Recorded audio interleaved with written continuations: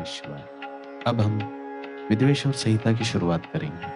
तो चलिए आइए पहला अध्याय सुनते हैं। आज का हमारा पहला अध्याय है पापनाशक साधनों के विषय में प्रश्न, जो आदि से लेकर अंत में है, नित्य मंगल में है, जो आत्मा के स्वरूप को प्रकाशित करने वाला है, जिनके 5 मुख है और जो खेल खेल में जगत की रचना, पालन और संहार तथा अनुग्रह एवं तिरोभाव स्वरूप 5 प्रबल कर्म करते हैं, उन सर्वश्रेष्ठ अजर अमर उमापति भगवान शंकर का मैं मन ही मन चिंतन करता हूँ। व्यास जी कहते हैं, धर्म का महान क्षेत्र जहाँ गंगा यमुना का संगम है, उस पुण्यमय प्रयाग जो ब्रह्मलोक का मार्ग है, वहाँ एक बार महातेजस्वी महाभाग महात्मा मुनियों ने विशाल यज्ञ का आयोजन किया। उस ज्ञान यज्ञ का समाचार सुनकर पौराणिक शिरोमणि व्यास जी के शिष्य सूत जी वहाँ मुनियों के दर्शन के लिए आए। सूत जी का सभी मुनियों ने विधिवत स्वागत व सत्कार किया तथा उनकी स्तुति करते हुए हाथ जोड़कर उनसे कहा, हे सर्वज्ञ विद्वान रोमहर्षण जी, आप बड़े ही भाग्यशाली है। आपने स्वयं व्यास जी के मुख से पुराण की विद्या प्राप्त की है। आप आचार्य स्वरूप कथाओं का भंडार है। आप भूत भविष्य और वर्तमान के ज्ञाता है। हमारा सौभाग्य है कि आपके दर्शन हुए। आपका यहाँ आना निरर्थक नहीं हो सकता। आप कल्याणकारी है। उत्तम बुद्धि वाले सूत जी, यदि आपका अनुग्रह हो तो गोपनीय होने पर भी आप शुभाशुभ तत्व का वर्णन करें, जिससे हमारी तृप्ति नहीं होती और उसे सुनने की हमारी इच्छा ऐसी ही रहती है। कृपा कर उस विषय का वर्णन करें। घोर कलयुग आने पर मनुष्य पुण्य कर्म से दूर होकर दुराचार में फंस जाएंगे, दूसरों की बुराई करेंगे, पराई स्त्री के प्रति आसक्त होंगे, हिंसा करेंगे, मूर्ख नास्तिक और पशु बुद्धि हो जाएंगे। सूत जी, कलयुग में वेद प्रतिपादित वर्ग आश्रम व्यवस्था नष्ट हो जाएगी। प्रत्येक वर्ण और आश्रम में रहने वाले अपने अपने धर्म के आचरण का परित्याग कर विपरीत आचरण करने में सुख प्राप्त करेंगे। इस सामाजिक वर्ण संकरता से लोगों का पतन होगा, परिवार टूट जाएंगे, समाज बिखर जाएगा, प्राकृतिक आपदाओं से जगह जगह लोगों की मृत्यु होगी, धन का क्षय होगा, स्वार्थ और लोभ की प्रवृत्ति बढ़ जाएगी, ब्राह्मण लोभी हो जाएंगे और वेद बेचकर धन प्राप्त करेंगे, मद से मोहित होकर दूसरों को ठगेंगे, पूजा पाठ नहीं करेंगे और ब्रह्म ज्ञान से शून्य होगी। क्षत्रिय अपने धर्म को त्याग कर कुसंगी, पापी और व्यभिचारी हो जाएंगे। शौर्य से रहित हो वे शूद्रों जैसा व्यवहार करेंगे और काम के अधीन हो जाएंगे। वैश्य धर्म से विमुख हो, संस्कार भ्रष्ट होकर कुमार्गी, धनोपार्जन परायण होकर नापतोल में ध्यान लगाएंगे। शूद्र अपना धर्म कर्म छोड़कर अच्छी वेशभूषा में सुशोभित होकर व्यर्थ घूमेंगे। वे कुटिल और ईर्ष्यालु होकर अपने धर्म के प्रतिकूल हो जाएंगे, कुकर्मी और वाद विवाद करने वाले होंगे। वे स्वयं को कुटिल मानकर सभी धर्मों और वर्णों में विवाह करेंगे। स्त्रियां सदाचार से विमुख हो जाएगी, वे अपने पति का अपमान करेगी और सास ससुर से लड़ेगी, मलिन भोजन करेगी, उनका शील स्वभाव बहुत बुरा होगा। सूत जी, इस तरह जिनकी बुद्धि नष्ट हो गई है और जिन्होंने अपना धर्म का काम त्याग कर दिया है, ऐसे लोग परलोक में उत्तम गति कैसे प्राप्त करेंगे? इस चिंता से हम सभी व्याकुल है। परोपकार के समान कोई धर्म नहीं है। इस धर्म का पालन करने वाला दूसरों को सुखी करता हुआ स्वयं भी प्रसन्नता अनुभव करता है। यह भावना यदि निष्काम हो तो कर्ता का हृदय शुद्ध करते हुए उसे परम गति प्रदान करती है। हे महामुनि, आप समस्त सिद्धांतों के ज्ञाता है। कृपा कर कोई ऐसा उपाय बताइए जिससे इन सबके पापों का तत्काल नाश हो जाए। व्यास जी कहते हैं, उन श्रेष्ठ मुनियों की यह बात सुनकर सूत जी मन ही मन परम श्रेष्ठ भगवान शंकर का स्मरण करके उनसे इस प्रकार बोले। और इसी के साथ यहाँ पे हमारा पहला अध्याय समाप्त होता है। विद्वेश्वर संहिता का दूसरा अध्याय, शिव पुराण का परिचय और महिमा। तो चलिए ये शुरू करते हैं। सूत जी कहते हैं, साधु महात्माओं, आपने बहुत अच्छी बात पूछी है। यह प्रश्न तीनों लोगों का हित करने वाला है। आप लोगों के स्नेहपूर्ण आग्रह पर गुरुदेव व्यास का स्मरण कर मैं समस्त पाप राशियों से उद्धार करने वाली शिव पुराण की अमृत कथा का वर्णन कर रहा हूँ। ये वेदांत का सार सर्वस्व है, परलोक में परमार्थ देने वाला है तथा दुष्टों का विनाश करने वाला है। इसमें भगवान शिव के उत्तम यश का वर्णन है। धर्म, अर्थ, काम और मोक्ष आदि पुरुषार्थों को देने वाला पुराण अपने प्रभाव की दृष्टि से वृद्धि तथा विस्तार को प्राप्त हो रहा है। शिव पुराण के अध्ययन से कलयुग के सभी पापों में लिप्त जीव उत्तम गति को प्राप्त होंगे। इसके उदय से ही कलयुगी का उत्पात शांत हो जाएगा। शिव पुराण को वेद तुल्य माना जाएगा। इसका प्रवचन सर्वप्रथम भगवान शिव ने ही किया था। इस पुराण के 12 खंड या भेद है। ये 12 संहिताएं है। विद्वेश्वर संहिता, रुद्र संहिता, विनायक संहिता, उमा संहिता, सहस्त्र कोटि रुद्र संहिता, एकादश रुद्र संहिता, कैलाश संहिता, शतरुद्र संहिता, कोटि रुद्र संहिता, मातृ संहिता, वायव्य संहिता तथा धर्म संहिता। विद्वेश्वर संहिता में 10,000 श्लोक है। रुद्र संहिता, विनायक संहिता, उमा संहिता और मातृ संहिता में प्रत्येक में 8-8 हजार श्लोक है। एकादश रुद्र संहिता में 13,000 कैलाश संहिता में, 6,000 शतरुद्र संहिता में, 3,000 कोटि रुद्र संहिता में, 9,000 सहस्त्र कोटि रुद्र संहिता में, 11,000 वायव्य संहिता में, 4,000 तथा धर्म संहिता में 12,000 श्लोक है। मूल शिव पुराण में कुल 1,00,000 श्लोक है, परंतु व्यास जी ने इसे 24,000 श्लोकों में संक्षिप्त कर दिया है। पुराणों की क्रम संख्या में शिव पुराण का चौथा स्थान है, जिसमें 7 संहिताएं हैं। पूर्व काल में भगवान शिव ने 100 करोड़ श्लोकों का पुराण ग्रंथित किया था। सृष्टि के आरंभ में निर्मित यह पुराण साहित्य अधिक विस्तृत था। द्वापर युग में द्वैपायन आदि महर्षियों पुराणों को 18 भागों में विभाजित कर 4,00,000 श्लोकों में इसको संक्षिप्त कर दिया। इसके उपरांत व्यास जी ने 24,000 श्लोकों में इसका प्रतिपादन किया। यह देवतुल्य पुराण विद्येश्वर रुद्र संहिता, शतरुद्र संहिता, कोटि रुद्र संहिता, उमा संहिता, कैलाश संहिता और वायव्य संहिता नामक 7 संहिताओं में विभाजित है। यह 7 संहिताओं वाला शिव पुराण वेद के समान प्रामाणिक तथा उत्तम गति प्रदान करने वाला है। इस निर्मल शिव पुराण की रचना भगवान शिव द्वारा की गई है तथा इसको संक्षेप में संकलित करने का श्रेय व्यास जी को जाता है। शिव पुराण सभी जीवों का कल्याण करने वाला, सभी पापों का नाश करने वाला है। यही सत्पुरुषों को कल्याण प्रदान करने वाला है। यह तुलना रहित है तथा इसमें वेद प्रतिपादित अद्वैत ज्ञान तथा निष्कपट धर्म का प्रतिपादन है। शिव पुराण श्रेष्ठ मंत्र समूह का संकलन है तथा यही सभी के लिए शिव धाम की प्राप्ति का साधन है। समस्त पुराण में शिव पुराण ईर्ष्या रहित अंतकरण वाले विद्वानों के लिए जानने की वस्तु है। इसमें परमात्मा का गान किया गया है। इस अमृतमय शिव पुराण को आदर से पढ़ने और सुनने वाला मनुष्य भगवान शिव का प्रिय होकर परम गति को प्राप्त कर लेता है। और इसी के साथ हमारा दूसरा अध्याय यहाँ समाप्त होता है, विद्येश्वर संहिता का तीसरा अध्याय। तो चलिए ये शुरू करते हैं। आज के हमारे अध्याय का नाम है श्रवण, कीर्तन और मनन साधनों की श्रेष्ठता। व्यास जी कहते हैं, सूत जी के वचनों को सुनकर सभी महर्षि बोले, भगवान आप वेद तुल्य अद्भुत एवं पुण्यमय शिव पुराण की कथा सुनाइए। सूत जी ने कहा, हे महर्षिगण, आप कल्याण में भगवान शिव का स्मरण करके वेद के सार से प्रकट शिव पुराण की अमृत कथा सुनिए। शिव पुराण में भक्ति, ज्ञान और वैराग्य का गान किया गया है। जब सृष्टि आरंभ हुई तो 6 कुलों के महर्षि आपस में वाद विवाद करने लगे कि अमुक वस्तु उत्कृष्ट है, अमुक नहीं।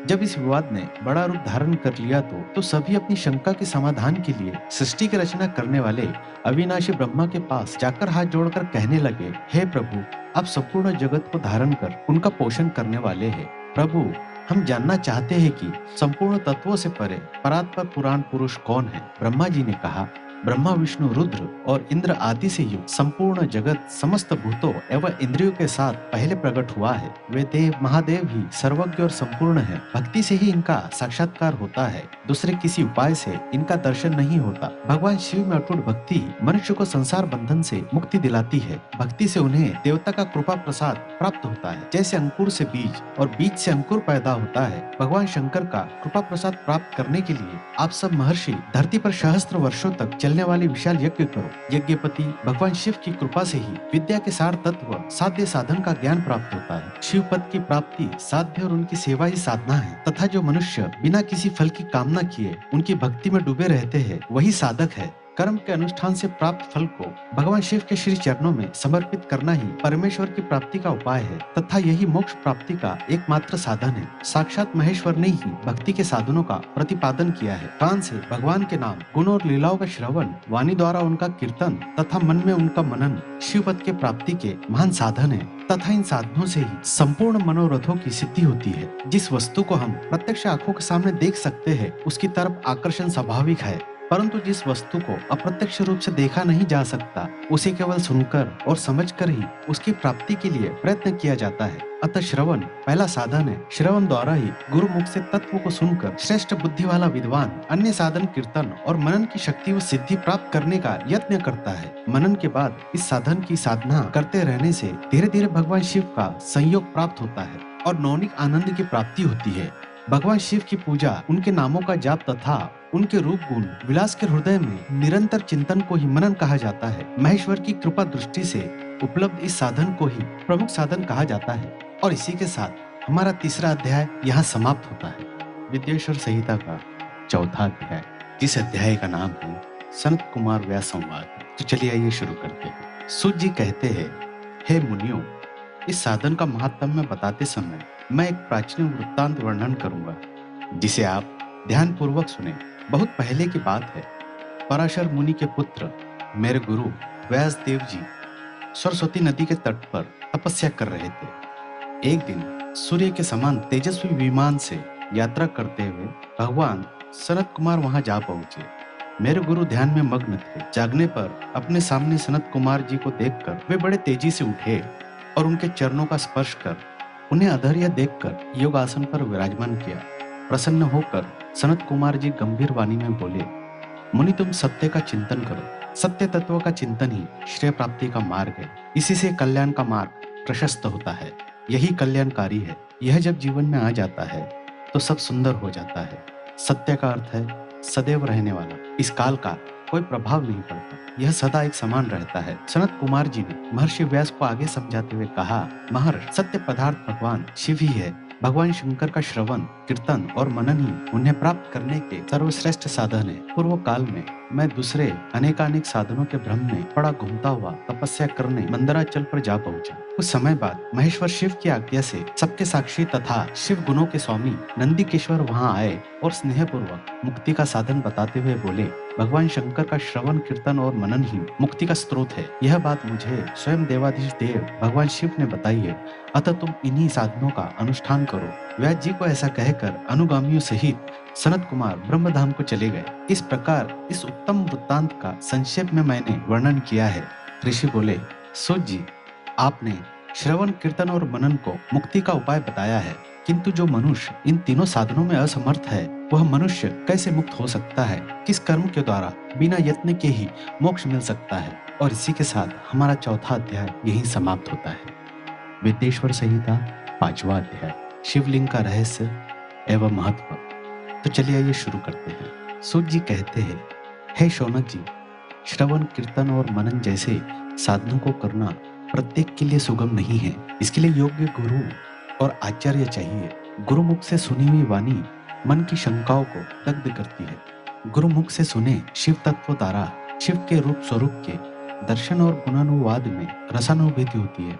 तभी भक्त कीर्तन कर पाता है। यदि ऐसा कर पाना संभव ना हो तो मोक्षार्थी को चाहिए कि वह भगवान शंकर के लिंग एवं मूर्ति की स्थापना करके रोज उसकी पूजा करे। इसे अपना कर वह इस संसार सागर से पार हो सकता है। संसार सागर से पार होने के लिए इस तरह की पूजा आसानी से भक्ति पूर्वक की जा सकती है। अपनी शक्ति एवं सामर्थ्य के अनुसार धनराशि से शिवलिंग या शिव मूर्ति की स्थापना कर भक्ति भाव से उसकी पूजा करनी चाहिए। मंडप, गोपुर, तीर्थ, मठ एवं क्षेत्र की स्थापना कर उत्सव का आयोजन करना चाहिए तथा पुष्प, धूप, वस्त्र, गंध, दीप तथा पुआ और तरह तरह के भोजन नैवेद्य के रूप में अर्पित करने चाहिए। श्री शिव जी ब्रह्म रूप और निष्कल अर्थात कला रहित भी है और कला सहित भी है। मनुष्य इन दोनों स्वरूपों की पूजा करते हैं। शंकर जी को ही ब्रह्म पदवी भी प्राप्त है। कलापूर्ण भगवान शिव की मूर्ति की पूजा भी मनुष्य द्वारा की जाती है और वेदों ने भी इस तरह की पूजा की आज्ञा प्रदान की है। सनत कुमार जी ने पूछा, हे नंदिकेश्वर, पूर्व काल में उत्पन्न हुए लिंग बेर अर्थात मूर्ति की उत्पत्ति के संबंध में आप हमें विस्तार में बताइए। नंदिकेश्वर ने बताया, मुनीश्वर, प्राचीन काल में एक बार ब्रह्मा और विष्णु के मध्य युद्ध हुआ तो उनके बीच स्तंभ रूप में शिव जी प्रकट हो गए। इस प्रकार उन्होंने पृथ्वीलोक का संरक्षण किया। उसी दिन से महादेव जी का लिंग के साथ साथ मूर्ति पूजन भी जगत में प्रचलित हो गया। अन्य देवताओं की साकार अर्थात मूर्ति पूजा होने लगी जो कि अभिष्ट फल प्रदान करने वाली थी, परंतु शिव जी के लिंग और मूर्ति दोनों रूप में ही पूजनीय है। और इसी के साथ हमारा यहाँ 5वां अध्याय समाप्त होता है। विद्येश्वर संहिता का 6वां अध्याय, ब्रह्मा विष्णु युद्ध। तो चलिए आइए शुरू करते हैं। नंदिकेश्वर बोले, पूर्व काल में श्री विष्णु अपनी पत्नी श्री लक्ष्मी जी के साथ शैय्या पर शयन कर रहे थे। तब एक बार ब्रह्मा जी वहां पहुंचे और विष्णु जी को पुत्र कहकर पुकारने लगे। पुत्र उठो, मैं तुम्हारा ईश्वर तुम्हारे सामने खड़ा हूँ। यह सुनकर विष्णु जी को क्रोध आ गया, फिर भी वह शांत रहते हुए बोले, पुत्र तुम्हारा कल्याण हो, कहो अपने पिता के पास कैसे आना हुआ। यह सुनकर ब्रह्मा जी कहने लगे, मैं तुम्हारा रक्षक हूँ, सारे जगत का पिता महा हूँ, सारा जगत मुझ में समाता है। तू मेरी नाभि कमल से प्रकट होकर मुझसे ऐसी बात कर रहा है। इस प्रकार दोनों में विवाद होने लगा। तब वे दोनों अपने को प्रभु कहते कहते एक दूसरे का वध करने को तैयार हो गए। हंस और गरुड़ पर बैठे दोनों परस्पर युद्ध करने लगे। ब्रह्मा जी के वक्षस्थल में विष्णु जी ने अनेकों शस्त्रों का प्रहार करके उन्हें व्याकुल कर दिया। इससे कुपित हो ब्रह्मा जी ने भी पलट कर भयानक प्रहार किए। उनके पारस्परिक आघातों से देवताओं में हलचल मच गई। वे घबराए और त्रिशूलधारी भगवान शिव के पास गए और उन्हें सारी व्यथा सुनाई। भगवान शिव अपने सभा में उमा देवी सहित सिंहासन पर विराजमान थे और मंद मंद मुस्कुरा रहे थे। और इसी के साथ हमारा 6वां अध्याय यहीं समाप्त होता है। विद्येश्वर संहिता का 7वां अध्याय, जिसका नाम है शिव निर्णय। तो चलिए आइए शुरू करते हैं। महादेव जी बोले, पुत्रों, मैं जानता हूँ कि तुम ब्रह्मा और विष्णु के परस्पर युद्ध से बहुत दुखी हो। तुम डरो मत, मैं अपने गणों के साथ तुम्हारे साथ चलता हूँ। तब भगवान शिव अपने नंदी पर आरूढ़ हो देवताओं सहित युद्ध स्थल की ओर चल दिए। वहां छिपकर वे ब्रह्मा विष्णु के युद्ध को देखने लगे। उन्हें जब यह ज्ञात हुआ कि वे दोनों एक दूसरे को मारने की इच्छा में माहेश्वर और पाशुपत अस्त्रों का प्रयोग करने जा रहे हैं, तो वे युद्ध को शांत करने के लिए महाअग्नि के तुल्य एक स्तंभ रूप में ब्रह्मा और विष्णु के मध्य खड़े हो गए। महाअग्नि के प्रकट होते ही दोनों के अस्त्र स्वयं ही शांत हो गए। अस्त्रों को शांत होते देखकर ब्रह्मा और विष्णु दोनों कहने लगे कि इस अग्नि स्वरूप स्तंभ के बारे में हमें जानकारी करनी चाहिए। दोनों ने उसकी परीक्षा लेने का निर्णय लिया। भगवान विष्णु ने शुकर रूप धारण किया और उसको देखने के लिए नीचे धरती में चल दिए। ब्रह्मा जी हंस का रूप धारण करके ऊपर की ओर चल दिए। पाताल में बहुत नीचे जाने पर भी विष्णु जी को स्तंभ का अंत नहीं मिला, अतः वे वापस चले आए। ब्रह्मा जी ने आकाश में जाकर केतकी का फूल देखा। वे उस फूल को लेकर विष्णु जी के पास गए। विष्णु ने उनके चरण पकड़ लिए। ब्रह्मा जी के छल को देखकर भगवान शिव प्रकट हुए। विष्णु जी की महानता से शिव प्रसन्न होकर बोले, हे विष्णु जी, आप सत्य बोलते हैं, अतः मैं आपको अपनी समानता का अधिकार देता हूँ। और इसी के साथ हमारा 7वां अध्याय यही समाप्त होता है। विद्येश्वर संहिता का 8वां अध्याय, जिसका नाम है ब्रह्मा जी का अभिमान भंग। तो चलिए आइए सुनते हैं। नंदिकेश्वर बोले, महादेव जी ब्रह्मा जी के छल पर अत्यंत क्रोधित हुए। उन्होंने अपने त्रिनेत्र त्रिशिराग से भैरव को प्रकट किया और उन्हें आज्ञा दी कि वह तलवार से ब्रह्मा जी को दंड दे। आज्ञा पाते ही भैरव ने ब्रह्मा जी के बाल पकड़ लिए और उनका 5वां सिर काट दिया। ब्रह्मा जी डर के मारे कांपने लगे। उन्होंने भैरव के चरण पकड़ लिए तथा क्षमा मांगने लगे। इसे देखकर श्री विष्णु भगवान ने शिव से प्रार्थना की कि आपकी कृपा से ही ब्रह्मा जी को 5वां सिर मिला था, अतः आप उन्हें क्षमा कर दो। तब शिव जी की आज्ञा पाकर ब्रह्मा को भैरव ने छोड़ दिया। शिव जी ने कहा, तुमने प्रतिष्ठा और ईश्वर तत्व को दिखाने के लिए छल किया है, इसलिए मैं तुम्हें शाप देता हूँ कि तुम सत्कार, स्थान व उत्सव से विहीन रहोगे। ब्रह्मा जी को अपनी गलती का पछतावा हो चुका था। उन्होंने भगवान शिव के चरण पकड़कर क्षमा मांगी और निवेदन किया कि वे उनका 5वां सिर पुनः प्रदान करें। महादेव जी ने कहा, जगत की स्थिति को बिगड़ने से बचाने के लिए पापी को दंड अवश्य देना चाहिए ताकि लोक मर्यादा बनी रहे। मैं तुम्हें वरदान देता हूँ कि तुम गणों के आचार्य कहलाओगे और तुम्हारे बिना यज्ञ पूर्ण न होगे। फिर उन्होंने केतकी के पुष्प से कहा, अरे दुष्ट केतकी पुष्प, अब तुम मेरी पूजा के अयोग्य रहोगे। तब केतकी पुष्प बहुत दुखी हुआ और उनके चरणों में गिरकर माफी मांगने लगा। तब महादेव जी ने कहा, मेरा वचन तो झूठा नहीं हो सकता, इसलिए तू मेरे भक्तों की योग्य होगा। इस प्रकार तेरा जन्म सफल हो जाएगा। और इसी के साथ हमारा 8वां अध्याय यहीं समाप्त होता है। विद्येश्वर संहिता का 9वां अध्याय, जिसका नाम है लिंग पूजन का महत्व। तो चलिए आइए शुरू करते हैं। नंदिकेश्वर कहते हैं, ब्रह्मा और विष्णु भगवान शिव को प्रणाम कर चुपचाप उनके दाएं बाएं भाग में खड़े हो गए। उन्होंने पूजनीय महादेव जी को श्रेष्ठ आसन पर बिठाकर पवित्र वस्तुओं से उनका पूजन किया। दीर्घ काल तक स्थिर रहने वाली वस्तुओं को पुष्प वस्तु तथा अल्प काल तक टिकने वाली वस्तुओं को प्राकृत वस्तु कहते हैं। हार, नुपुर, क्यूर, किरीट, मणिमय कुंडल, यज्ञोपवीत, उत्तरीय वस्त्र, पुष्पमाला, रेशमी वस्त्र, हार, मुद्रिका, पुष्प, तांबूल, कपूर, चंदन एवं अगुर का अनुलेप, धूप, दीप, श्वेत शस्त्र, व्यंजन, ध्वजा, चंवर तथा अनेक दिव्य उपहारों द्वारा जिनका वैभव वाणी और मन की पहुंच से परे था, जो केवल परमात्मा के योग्य थे, उनसे ब्रह्मा और विष्णु ने अपने स्वामी महेश्वर का पूजन किया। इससे प्रसन्न होकर भगवान शिव ने दोनों देवताओं को मुस्कुराकर कहा, पुत्रों, आज तुम्हारे द्वारा की गई पूजा से मैं बहुत प्रसन्न हूँ। इसी कारण यह दिन पवन पवित्र और महान होगा। यह तिथि शिवरात्रि के नाम से प्रसिद्ध होगी और मुझे परम प्रिय होगी। इस दिन जो भी मनुष्य मेरे लिंग अर्थात निराकार रूप की या मेरी मूर्ति अर्थात साकार रूप की दिन रात निराहार रहकर अपनी शक्ति के अनुसार निश्चल भाव से यथोचित पूजा करेगा, वह मेरा परम प्रिय भक्त होगा। पूरे वर्ष भर निरंतर मेरी पूजा करने पर जो फल मिलता है, वह फल शिवरात्रि को मेरा पूजन करके मनुष्य तत्काल प्राप्त कर लेता है। जैसे पूर्ण चंद्रमा का उदय समुद्र की वृद्धि का अवसर है, उसी प्रकार शिवरात्रि की तिथि मेरे धर्म की वृद्धि का समय है। इस तिथि को मेरी स्थापना का मंगलमय उत्सव होना चाहिए। मैं मार्गशीर्ष मास में आद्रा नक्षत्र से युक्त पूर्णमासी या प्रतिपदा को ज्योतिर्मय स्तंभ के रूप में प्रकट हुआ था। इस दिन जो भी मनुष्य पार्वती सहित मेरा दर्शन करता है अथवा मेरी मूर्ति या लिंग की झांकी निकालता है, वह मेरे लिए कार्तिकेय से भी प्रिय है। इस शुभ दिन मेरे दर्शन मात्र से पूरा फल प्राप्त होता है। यदि दर्शन के साथ मेरा पूजन भी किया जाए तो इतना अधिक फल प्राप्त होता है कि वाणी द्वारा उसका वर्णन नहीं किया जा सकता। लिंग रूप में प्रकट होकर मैं बहुत बड़ा हो गया था,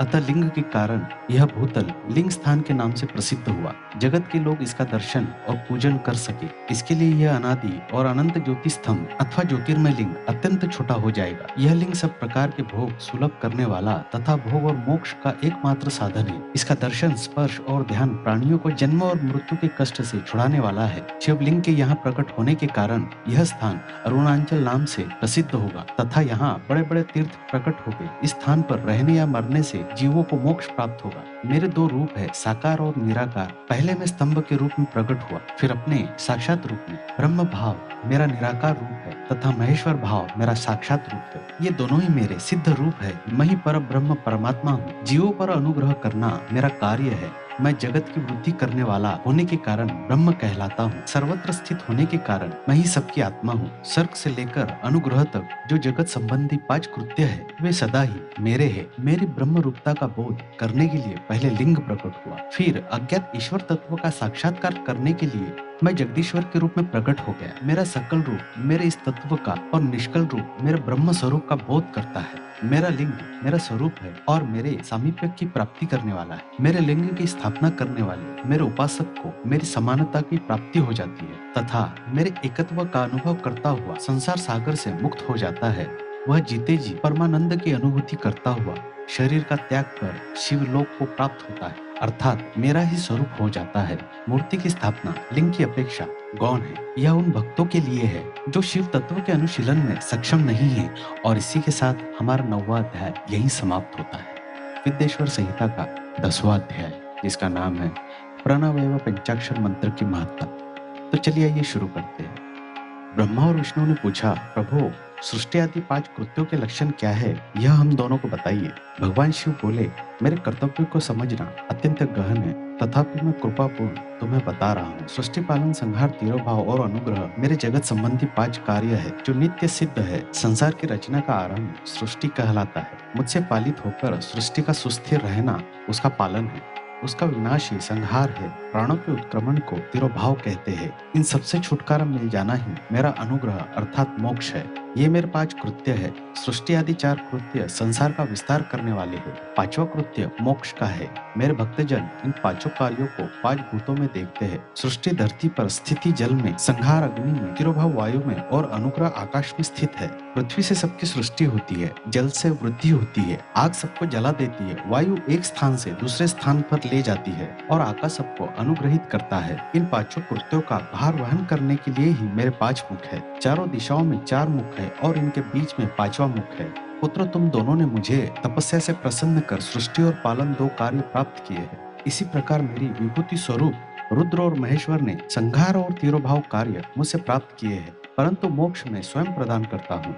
मैंने पूर्व काल में अपने स्वरूप भूत मंत्र का उपदेश किया है, जो ओंकार रूप में प्रसिद्ध है, जो मंगलकारी है। सर्वप्रथम मेरे मुख से ओंकार प्रकट हुआ, जो मेरे स्वरूप का बोध करता है। इसका स्मरण निरंतर करने से मेरा ही सदा स्मरण होता है। मेरे उत्तरवर्ती मुख से अकार का, पश्चिम मुख से उकार का, दक्षिण मुख से मकार का, पूर्ववर्ती मुख से बिंदु का तथा मध्यवर्ती मुख से नाद का प्रकटीकरण हुआ। इस प्रकार इन 5 अवयवों से ओंकार का विस्तार हुआ। इन 5 अवयवों के एकाकार होने पर प्रणव ओम नामक अक्षर उत्पन्न हुआ। जगत में उत्पन्न सभी स्त्री पुरुष इस प्रणव मंत्र में व्याप्त है। यह मंत्र शिव शक्ति दोनों का बोधक है। इसी से पंचाक्षर मंत्र ओम नमः शिवाय की उत्पत्ति हुई है। यह मेरे साकार रूप का बोधक है। इस पंचाक्षर मंत्र से मातृका वर्ण प्रकट हुए हैं, जो 5 भेद वाले हैं। इसी से शिरो मंत्र सहित त्रिपता गायत्री मंत्र का प्राकट्य हुआ है। इस गायत्री से संपूर्ण वेद प्रकट हुए और उन वेदों से करोड़ों मंत्र निकले हैं। उन मंत्रों से विभिन्न कार्यों की सिद्धि होती है। इस पंचाक्षर प्रणव मंत्र से सभी मनोरथ पूर्ण होते हैं। इस मंत्र से भोग और मोक्ष दोनों प्राप्त होते हैं। नंदीकेश्वर कहते हैं, जगदम्बा उमा गौरी पार्वती के साथ बैठे महादेव ने उत्तरवर्ती मुख बैठे ब्रह्मा और विष्णु को पर्दा करने वाले वस्त्र से आच्छादित कर उनके मस्तक पर अपना हाथ रखकर धीरे धीरे उच्चारण कर उन्हें उत्तम मंत्र का उपदेश दिया। 3 बार मंत्र का उच्चारण करके भगवान शिव ने उन्हें शिष्यों के रूप में दीक्षा दी। गुरु दक्षिणा के रूप में दोनों ने अपने आप को समर्पित करते हुए दोनों हाथ जोड़कर उनके समीप खड़े हो सदगुरु भगवान शिव की इस प्रकार स्तुति करने लगे। ब्रह्मा विष्णु बोले, प्रभु आपके साकार और निराकार 2 रूप है। आप तेज से प्रकाशित है, आप सबके स्वामी हैं, आप सर्वात्मा को नमस्कार है, आप प्रणव मंत्र को बताने वाले हैं तथा आप ही प्रणव लिंग है। सृष्टि, पालन, संहार, तिरोभाव और अनुग्रह आदि आपके ही कार्य है। आपके 5 मुख है, आप ही परमेश्वर है, आप ही सबकी आत्मा है, ब्रह्म है, आपके गुण और शक्तियां अनंत है। हम आपको नमस्कार करते हैं। इन पंक्तियों से स्तुति करते हुए गुरु महेश्वर को प्रसन्न कर ब्रह्मा और विष्णु ने उनके चरणों में प्रणाम किया। महेश्वर बोले, आद्रा नक्षत्र में चतुर्दशी को यदि इस मंत्र का जाप किया जाए तो यह अक्षय फल देने वाला है। सूर्य की संक्रांति में महा आद्रा नक्षत्र में एक बार किया प्रणव जप करोड़ों गुना जप का फल देता है। मृगशिरा नक्षत्र का अंतिम भाग तथा पूर्ण वसु का शुरू का भाग पूजा, होम और तर्पण के लिए सदा आद्रा के समान ही है। मेरे लिंग का दर्शन प्रातः काल अर्थात मध्याह्न से पूर्व काल में करना चाहिए। मेरे दर्शन पूजन के लिए चतुर्दशी तिथि उत्तम है। पूजा करने वालों के लिए मेरी मूर्ति और लिंग दोनों समान है। फिर भी मूर्ति की अपेक्षा लिंग का स्थान ऊंचा है, इसलिए मनुष्य को शिवलिंग का ही पूजा करना चाहिए। लिंग का ओम मंत्र से और मूर्ति का पंचाक्षर मंत्र से पूजन करना चाहिए। शिवलिंग की स्वयं से स्थापना करके या दूसरों से स्थापना करवा कर उत्तम द्रव्यों से पूजा करने से मेरा पद सुलभ होता है। इस प्रकार दोनों शिष्यों को उपदेश देकर भगवान शिव अंतर ध्यान हो गए और इसी के साथ हमारा 10वां अध्याय यही समाप्त होता है। विद्येश्वर संहिता का 11वां अध्याय, जिसका नाम है शिवलिंग की स्थापना और पूजन विधि का वर्णन। चलिए आइए शुरू करते हैं। ऋषियों ने पूछा, सूत जी, शिवलिंग की स्थापना कैसे करनी चाहिए तथा उसकी पूजा कैसे, किस काल में तथा किस द्रव्य द्वारा करनी चाहिए? सूत जी ने कहा, महर्षियों, मैं तुम लोगों के लिए इस विषय का वर्णन कर रहा हूँ। इसे ध्यान से सुनो और समझो। अनुकूल एवं शुभ समय में किसी पवित्र तीर्थ में, नदी के तट पर, ऐसी जगह पर शिवलिंग की स्थापना करनी चाहिए जहाँ रोज पूजन कर सके। पार्थिव द्रव्य से, जलमय द्रव्य से अथवा तेज द्रव्य से पूजन करने से उपासक को पूजन का पूरा फल प्राप्त होता है। शुभ लक्षणों में पूजा करने पर यह तुरंत फल देने वाला है। जल प्रतिष्ठा के लिए छोटा शिवलिंग श्रेष्ठ माना जाता है। अजल प्रतिष्ठा हेतु बड़ा शिवलिंग अच्छा रहता है। शिवलिंग की पीठ से ही स्थापना करनी चाहिए। शिवलिंग की पीठ गोल, चौकोर, त्रिकोण अथवा खाट के पाए की भांति ऊपर नीचे मोटा और बीच में पतला होना चाहिए। ऐसा लिंग पीठ महान फल देने वाला होता है। पहले मिट्टी अथवा लोहे से शिवलिंग का निर्माण करना चाहिए। जिस द्रव्य से लिंग का निर्माण हो उसी से उसका पीठ बनाना चाहिए। यही अचल प्रतिष्ठा वाले शिवलिंग की विशेषता है। जल प्रतिष्ठा वाले शिवलिंग में लिंग प्रतिष्ठा एक ही तत्व से बननी चाहिए। लिंग की लंबाई स्थापना करने वाले मनुष्य के 12 उंगल के बराबर होनी चाहिए। इससे कम होने पर फल भी कम प्राप्त होता है, परंतु 12 उंगल से लंबाई अधिक भी हो सकती है। चल लिंग में लंबाई स्थापना करने वाले के 1 उंगल के बराबर होनी चाहिए, उससे कम नहीं। यजमान को चाहिए कि पहले वह शिल्प शास्त्र के अनुसार देवालय बनवाए तथा उसमें सभी देवगणों की मूर्ति स्थापित करे। देवालय का गर्भगृह सुंदर, सुदृढ़ और स्वच्छ होना चाहिए। उसमें पूर्व और पश्चिम में 2 मुख द्वार हो। जहाँ शिवलिंग की स्थापना करनी हो उस स्थान के गर्त में नीलम, लाल वैदूर्य, श्याम, मरकत, मोती, मूंगा, गोमेद और हीरा इन 9 रत्नों को वैदिक मंत्रों के साथ छोड़े।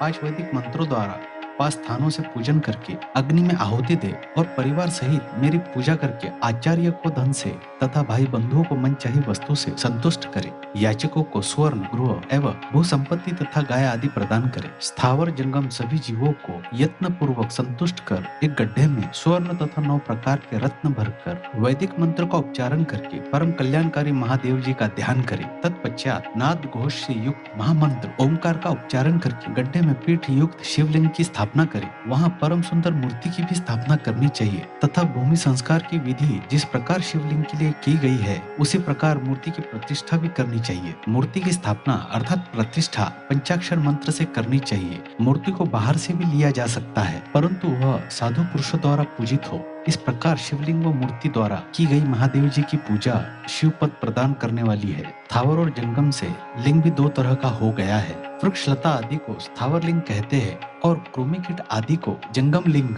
स्थावर लिंग को सींचना चाहिए तथा जंगम लिंग को आहार एवं जल से तृप्त करना चाहिए। यह चराचर जीवों को भगवान शंकर का प्रतीक मानकर उनका पूजन करना चाहिए। इस तरह माँ लिंग की स्थापना करके विविध उपचारों द्वारा उसका रोज पूजन करे तथा देवालय के पास ध्वजारोहण करे। शिवलिंग साक्षात शिव का पद प्रदान करने वाला है। आवाहन, आसन, अध्य, पाद्य, पागांग्य, आचरम, स्नान, वस्त्र, यज्ञोपवीत, गंध, पुष्प, धूप, दीप, नैवेद्य, तांबूल, समर्पण, निराजन, नमस्कार और विसर्जन ये 16 उपचार है। इसके द्वारा पूजन करें। इस तरह किया गया भगवान शिव का पूजन शिव पद की प्राप्ति करने वाला है। सभी शिवलिंगों की स्थापना के उपरांत चाहे वे मनुष्य द्वारा स्थापित, ऋषियों या देवताओं द्वारा अथवा अपने आप प्रकट हुए हो, सभी का उपयुक्त विधि से पूजन करना चाहिए, तभी फल प्राप्त होता है। उसकी परिक्रमा और नमस्कार करने से शिव पद की प्राप्ति होती है। शिवलिंग का नियम पूर्वक दर्शन भी कल्याणकारी होता है। मिट्टी, आटा, गाय के गोबर, फूल, कन्नेर पुष्प, फल, गुड़, मक्खन, भस्म अथवा अन्न से शिवलिंग बनाकर प्रतिदिन पूजन करे अथवा प्रतिदिन 10,000 प्रणव मंत्रों का जाप करे अथवा दोनों संध्याओं के समय 1 सहस्त्र प्रणव मंत्रों का जाप करे। इससे भी शिव पद की प्राप्ति होती है। जब काल में प्रणव मंत्र का उपचार मन की शुद्धि करता है। नाद और बिंदु से युक्त ओमकार को कुछ विद्वान समान प्रणव कहते हैं। प्रतिदिन 10,000 पंचाक्षर मंत्र का जाप अथवा दोनों संध्याओं को 1 सहस्त्र मंत्र का जाप शिव पद की प्राप्ति करने वाला है। सभी ब्राह्मणों के लिए प्रणव से युक्त पंचाक्षर मंत्र अति फलदायक है। कलश से किया गया स्नान, मंत्र की दिशा, मातृकाओं का न्यास, सत्य से पवित्र अंतकरण, ब्राह्मण तथा ज्ञानी गुरु सभी को उत्तम माना गया है। पंचाक्षर मंत्र का 5 करोड़ जाप करने से मनुष्य भगवान शिव के समान हो जाता है। 1, 2, 3 अथवा 4 करोड़ जाप करके मनुष्य क्रमशः ब्रह्मा, विष्णु, रुद्र तथा महेश्वर का पद प्राप्त कर लेता है। यदि 1000 दिनों तक प्रतिदिन 1 सहस्त्र जाप पंचाक्षर मंत्रों का किया जाए और प्रतिदिन ब्राह्मण को भोजन कराया जाए तो इससे अभिष्ट कार्य की सिद्धि होती है। ब्राह्मण को प्रतिदिन प्रातःकाल 1008 बार गायत्री मंत्र का जाप करना चाहिए, क्योंकि गायत्री मंत्र शिव पद की प्राप्ति करता है। वेद मंत्रों और वैदिक श्रुतियों का भी नियम से जाप करें। अन्य मंत्रों में जितने अक्षर है उनके उतने लाख जाप करें। इस प्रकार यथाशक्ति जाप करने वाला मनुष्य मोक्ष प्राप्त करता है। अपनी पसंद से कोई एक मंत्र अपनाकर प्रतिदिन उसका जाप करे अथवा ओम का नित्य 1 सहस्त्र जाप करे। ऐसा करने से संपूर्ण मनोरथों की सिद्धि होती है। जो मनुष्य भगवान शिव के लिए फुलवाड़ी या बगीचे लगाता है तथा शिव मंदिर में झाड़ने बुहारने का सेवा कार्य करता है, ऐसे शिव भक्त को पुण्य कर्म की प्राप्ति होती है। अंत समय में भगवान शिव उसे मोक्ष प्रदान करते हैं। काशी में निवास करने से भी योग और मोक्ष की प्राप्ति होती है। इसलिए आमरण भगवान शिव के क्षेत्र में निवास करना चाहिए। उस क्षेत्र में स्थित आवड़ी, तालाब, कुआं और पोखर को शिवलिंग समझकर वहां स्नान, दान और जाप करके मनुष्य भगवान शिव को प्राप्त कर लेता है। जो मनुष्य शिव के क्षेत्र में अपनी किसी मृत संबंधी का दाह, दशाह, मासिक श्राद्ध अथवा वार्षिक श्राद्ध करता है अथवा अपने पितरों को पिंड देता है, वह तत्काल सभी पापों से मुक्त हो जाता है और अंत में शिव पद प्राप्त करता है। लोक में अपने वर्ण के अनुसार आचरण करने व सदाचार का पालन करने से शिव पद की प्राप्ति होती है। निष्काम भाव से किया गया कार्य अभिष्ट फल देने वाला एवं शिव पद प्रदान करने वाला होता है। दिन के प्रातः, माध्याह्न और सायं 3 विभाग होते हैं। इनमें सभी को एक एक प्रकार के कर्म का प्रतिपादन करना चाहिए। प्रातःकाल रोजाना दैनिक शास्त्र क्रम, मध्याह्न सकाम कर्म तथा संध्याकाल शांति कर्म के लिए पूजन करना चाहिए। इसी प्रकार रात्रि में 4 प्रहर होते हैं। उनमें से बीच के 2 प्रहर निशिथल काल कहलाते हैं। इसी काल में पूजा करनी चाहिए, क्योंकि यह पूजा अभिष्ट फल देने वाली है। कलयुग में कर्म द्वारा ही फल की सिद्धि होगी। इस प्रकार विधि पूर्वक और समयानुसार भगवान शिव की पूजा करने वाले मनुष्य को अपने कर्मों का पूरा फल मिलता है। ऋषियों ने कहा, सूत जी, ऐसे पुण्य क्षेत्र कौन कौन से हैं जिनका आश्रय लेकर सभी स्त्री पुरुष शिव पद को प्राप्त कर ले? कृपया कर हमें बताएं। और इसी के साथ हमारा 11वां अध्याय यहीं समाप्त होता है। विद्वेश्वर संहिता का 12वां अध्याय, जिसका नाम है मोक्षदायक पुण्य क्षेत्रों का वर्णन। तो चलिए आइए सुनते हैं। सूत जी बोले, हे विद्वान और बुद्धिमान महर्षियों, मैं मोक्ष देने वाले शिव क्षेत्रों का वर्णन कर रहा हूँ। पर्वत, वन और कानूनों सहित इस पृथ्वी का विस्तार 50 करोड़ योजन है। भगवान शिव की इच्छा से पृथ्वी ने सभी को धारण किया है। भगवान शिव ने भूतल पर विभिन्न स्थानों पर वहां के प्राणियों को मोक्ष देने के लिए शिव क्षेत्र का निर्माण किया है। कुछ क्षेत्रों को देवताओं और ऋषियों ने अपना निवास स्थान बनाया है, इसलिए उसमें तीर्थत्व प्रकट हो गया है। बहुत से तीर्थ ऐसे हैं जो स्वयं प्रकट हुए हैं। तीर्थ क्षेत्र में जाने पर मनुष्य को सदा स्नान, दान और जाप करना चाहिए, अन्यथा मनुष्य रोग, गरीबी तथा मुक्ता आदि दोषों का भागी हो जाता है। जो मनुष्य अपने देश में मृत्यु को प्राप्त होता है, वह इस पुण्य के फल से दोबारा मनुष्य योनि को प्राप्त करता है, परंतु पापी मनुष्य दुर्गति को ही प्राप्त करता है। ब्राह्मणों, पुण्य क्षेत्र में किया गया पाप कर्म अधिक दृढ़ होता है, अतः पुण्य क्षेत्र में निवास करते समय पाप कर्म से बचना चाहिए। सिंधु और सतलुज नदी के तट पर बहुत से पुण्य क्षेत्र है। सरस्वती नदी परम पवित्र और 60 मुख वाली है, अर्थात उसकी 60 धाराएं है। इन धाराओं के तट पर निवास करने से परम पद की प्राप्ति होती है। हिमालय से निकली हुई पुण्य सलीला गंगा 100 मुख वाली नदी है। इसके तट पर काशी, प्रयाग आदि पुण्य क्षेत्र है। मकर राशि में सूर्य होने पर गंगा की तट भूमि अधिक प्रशस्त एवं पुण्यदायक हो जाती है। सोनभद्र नदी की 10 धाराएं है। बृहस्पति के मकर राशि में आने पर यह अत्यंत पवित्र तथा अभिष्ट फल देने वाली है। इस समय यहाँ स्नान और उपवास करने से विनायक पद की प्राप्ति होती है। पुण्य सलीला महानदी नर्मदा के 24 मुख है। इसमें स्नान करके तट पर निवास करने से मनुष्य को वैष्णव पद की प्राप्ति होती है। तमसा के 12 तथा रेवा के 10 मुख है। परम पुण्यमयी गोदावरी के 21 मुख है। यह ब्रह्म हत्या तथा गोवध पाप का नाश करने वाली एवं रुद्रलोक देने वाली है। कृष्णवेणी नदी समस्त पापों का नाश करने वाली है। इसके 18 मुख तथा यह विष्णुलोक प्रदान करने वाली है। तुंगभद्रा 10 मुखी है एवं ब्रह्मलोक देने वाली है। स्वर्ण मुखरी के 9 मुख है। ब्रह्मलोक से लौटे जीव इसी नदी के तट पर जन्म लेते हैं। सरस्वती नदी, पंपा सरोवर, कन्याकुमारी, अंतरीप तथा शुभकारक श्वेत नदी सभी पुण्य क्षेत्र है। इनके तट पर निवास करने से इंद्रलोक की प्राप्ति होती है। महानदी कावेरी परम पुण्यमयी है। इसके 27 मुख है। यह संपूर्ण अभिष्ट वस्तुओं को दान देने वाली है। इसके तट ब्रह्मा विष्णु का पद देने वाले है। कावेरी के जो तट शैव क्षेत्र के अंतर्गत है, वे अभिष्ट फल तथा शिवलोक प्रदान करने वाले हैं। नैमिषारण्य तथा बद्रिकाश्रम में सूर्य और बृहस्पति के मेष राशि में आने पर स्नान और पूजन करने से ब्रह्मलोक की प्राप्ति होती है। सिंह और कर्क राशि में सूर्य की संक्रांति होने पर सिंधु नदी में किया स्नान तथा केदार तीर्थ के जल का पान एवं स्नान ज्ञानदायक माना जाता है। बृहस्पति के सिंह राशि में स्थित होने पर भाद्र मास में गोदावरी के जल में स्नान करने से शिवलोक की प्राप्ति होती है। ऐसा स्वयं भगवान शिव ने कहा था। सूर्य और बृहस्पति के कन्या राशि में स्थित होने पर यमुना और सोनभद्रा में स्नान करने से धर्मराज और गणेश लोक में महाभोग की प्राप्ति होती है। ऐसी महर्षियों की मान्यता है। सूर्य और बृहस्पति के तुला राशि में होने पर कावेरी नदी में स्नान करने से भगवान विष्णु के वचन की महिमा से अभिष्ट फल की प्राप्ति होती है। मार्गशीर्ष माह में सूर्य और बृहस्पति के वृश्चिक राशि में आने पर नर्मदा नदी में स्नान करने से विष्णु पद की प्राप्ति होती है। सूर्य और बृहस्पति के धनु राशि में होने पर स्वर्णमुखी नदी में किया गया स्नान शिवलोक प्रदान करने वाला है। मकर राशि में सूर्य और बृहस्पति के माघ मास में होने पर गंगा जी में किया गया स्नान शिवलोक प्रदान करने वाला है। शिवलोक के पश्चात ब्रह्मा और विष्णु के स्थानों में सुख भोग कर अंत में मनुष्य को ज्ञान की प्राप्ति होती है। वाघ मास में सूर्य के कुंभ राशि में होने पर फाल्गुनी मास में गंगा तट पर किया श्राद्ध पिंडदान अथवा तिलोदक दान पिता और नाना दोनों कुलों के पितरों की अनेकों पीढ़ाओं का उद्धार करने वाला है। गंगा व कावेरी नदी का आश्रय लेकर तीर्थवास करने से पाप का नाश होता है। ताम्रपर्णी और वेगवती नदियां ब्रह्मलोक की प्राप्ति रूप फल देने वाली है। इनके तट पर स्वर्गदायक क्षेत्र है। इन नदियों के मध्य में बहुत से पुण्य क्षेत्र है। यहाँ निवास करने वाला मनुष्य अभिष्ट फल का भागी होता है। सदाचार, उत्तम वृत्ति तथा सद्भावना के साथ मन में दया भाव रखते हुए विद्वान पुरुष को तीर्थ में निवास करना चाहिए, अन्यथा उसे फल नहीं मिलता। पुण्य क्षेत्र में जीवन बिताने का निश्चय करने पर तथा वास करने पर पहले का सारा पाप तत्काल नष्ट हो जाएगा, क्योंकि पुण्य को ऐश्वर्यदायक कहा जाता है। हे ब्राह्मणों, तीर्थ में वास करने पर उत्पन्न पुण्य कायिक, वाचिक और मानसिक सभी पापों का नाश कर देता है। तीर्थ में किया मानसिक पाप कई कल्पों तक पीछा नहीं छोड़ता, यह केवल ध्यान से ही नष्ट होता है।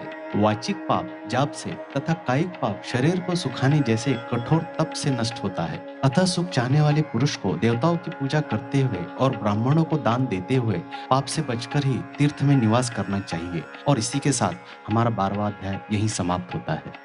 विद्येश्वर संहिता का 13वां अध्याय, जिसका नाम है सदाचार, संध्या वंदन, प्रणव, गायत्री जाप एवं अग्निहोत्र की विधि तथा महिमा।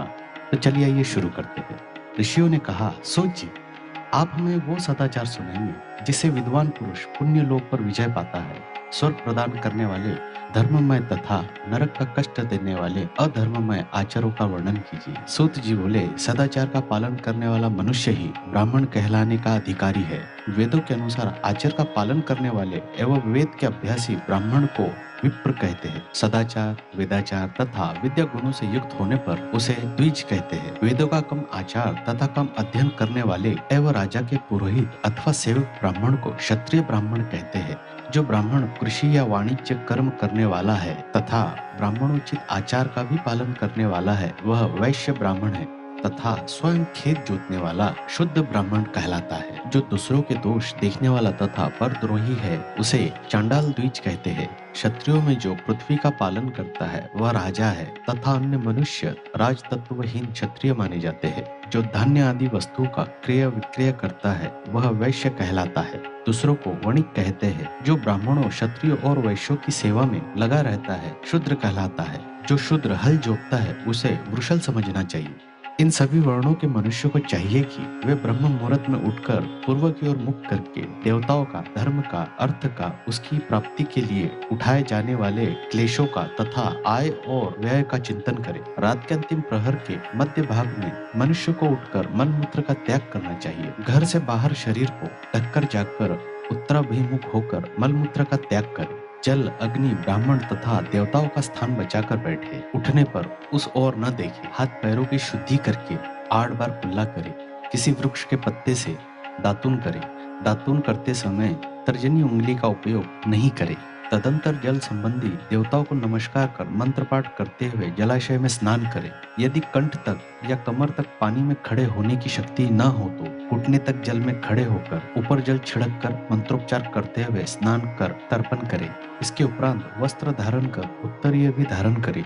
नदी अथवा तीर्थ में स्नान करने पर उतारे हुए वस्त्र वहां न धोए, उसे किसी कुएं, बावड़ी अथवा घर ले जाकर धोए। कपड़ों को निचोड़ने से जो जल गिरता है वह एक श्रेणी के पितरों की तृप्ति के लिए होता है। इसके बाद जाबाली उपनिषद में बताए गए मंत्र से भस्म लेकर लगाए। इस विधि का पालन करने से पूर्व यदि भस्म गिर जाए तो गिराने वाला मनुष्य नरक में जाता है। आपोहिष्टा मंत्र से पाप शांति के लिए सिर पर जल छिड़क कर, जैसे यह शयाय मंत्र पढ़कर पैर पर जल छिड़के। आपोहिष्टा में 3 ऋचाएं है। पहली ऋचा पाठ कर पैर, मस्तक और हृदय में जल छिड़के। दूसरी ऋचा पाठ कर मस्तक, हृदय और पैर पर जल छिड़के तथा तीसरी ऋचा पाठ करके हृदय, मस्तक और पैर पर जल छिड़के। इस प्रकार स्नान को मंत्र स्नान कहते हैं। किसी अपवित्र वस्तु से स्पर्श हो जाने पर, स्वास्थ्य ठीक न रहने पर, यात्रा में जल उपलब्ध न होने की दशा में मंत्र स्नान करना चाहिए। प्रातः काल की संध्योपासना में गायत्री मंत्र का जाप करके 3 बार सूर्य को अर्घ्य दे। मध्याह्न में गायत्री मंत्र का उच्चारण कर सूर्य को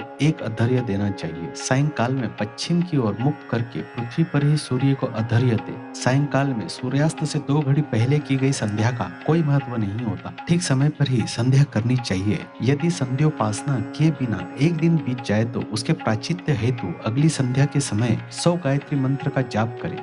10 दिन छूटने पर 1 लाख तथा 1 माह छूटने पर अपना उपनयन संस्कार कराए। अर्थ सिद्धि के लिए ईश, गौरी, कार्तिकेय, विष्णु, ब्रह्मा, चंद्रमा और यम व अन्य देवताओं का शुद्ध जल से तर्पण करे। तीर्थ के दक्षिण में, मंत्रालय में, देवालय में अथवा घर में आसन पर बैठकर अपनी बुद्धि को स्थिर कर देवताओं को नमस्कार कर प्रणव मंत्र का जाप करने के पश्चात गायत्री मंत्र का जाप करें।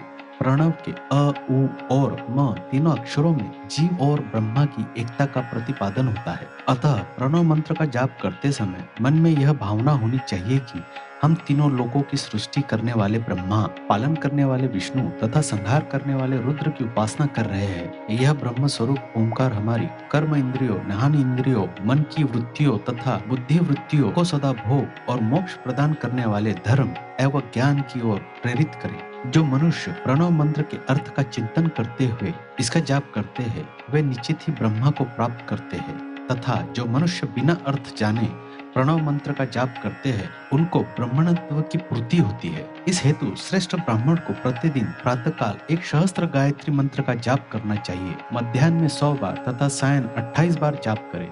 अन्य वर्णों के मनुष्य को सामर्थ्य के अनुसार जाप करना चाहिए। हमारे शरीर के भीतर मूलाधार, स्वादिष्ठान, मणिपुर, अनाहत, आज्ञा और सहस्त्रार नामक 6 चक्र है। इन चक्रों में क्रमश विद्येश्वर, ब्रह्मा, विष्णु, ईश, जीवात्मा और परमेश्वर स्थित है। सद्भावना पूर्वक श्वास के साथ स्व का जाप करें। 1 सहस्त्र बार किया गया जाप ब्रह्मलोक प्रदान करने वाला है। 100 बार किए गए जाप से इंद्रपद की प्राप्ति होती है। आत्मरक्षा के लिए जो मनुष्य अल्प मात्रा में इसका जाप करता है, वह ब्राह्मण कुल में जन्म लेता है। 12 लाख गायत्री मंत्र जाप करने वाला मनुष्य ब्राह्मण कहा जाता है। जिस ब्राह्मण ने 1 लाख गायत्री मंत्र का भी जप न किया हो, उसे वैदिक कार्यों में न लगाए। यदि एक दिन उल्लंघन हो जाए तो अगले दिन उसके बदले उतने अधिक मंत्रों का जाप करना चाहिए। ऐसा करने से दोषों की शांति होती है, धर्म से अर्थ की प्राप्ति होती है, अर्थ से भोग सुलभ होता है, भोग से वैराग्य की संभावना होती है, धर्म पूर्वक उपार्जित धन से भोग प्राप्त होता है, उससे भोग के प्रति आसक्ति उत्पन्न होती है।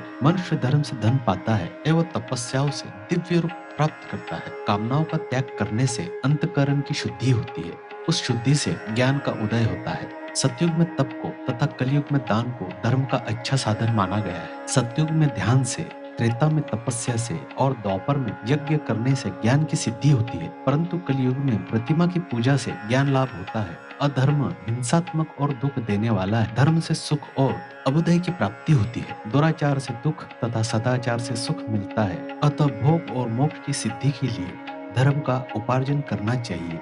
किसी ब्राह्मण को 100 वर्ष के जीवन निर्वाह की सामग्री देने पर ही ब्रह्मलोक की प्राप्ति होती है। 1 सहस्त्र चंद्रायन वस्त्र का अनुष्ठान ब्रह्मलोकदायक माना जाता है। दान देने वाला पुरुष जिस देवता को सामने रखकर दान करता है, अर्थात जिस देवता को वह दान द्वारा प्रसन्न करना चाहता है, उसी देवता का लोक उसे प्राप्त होता है।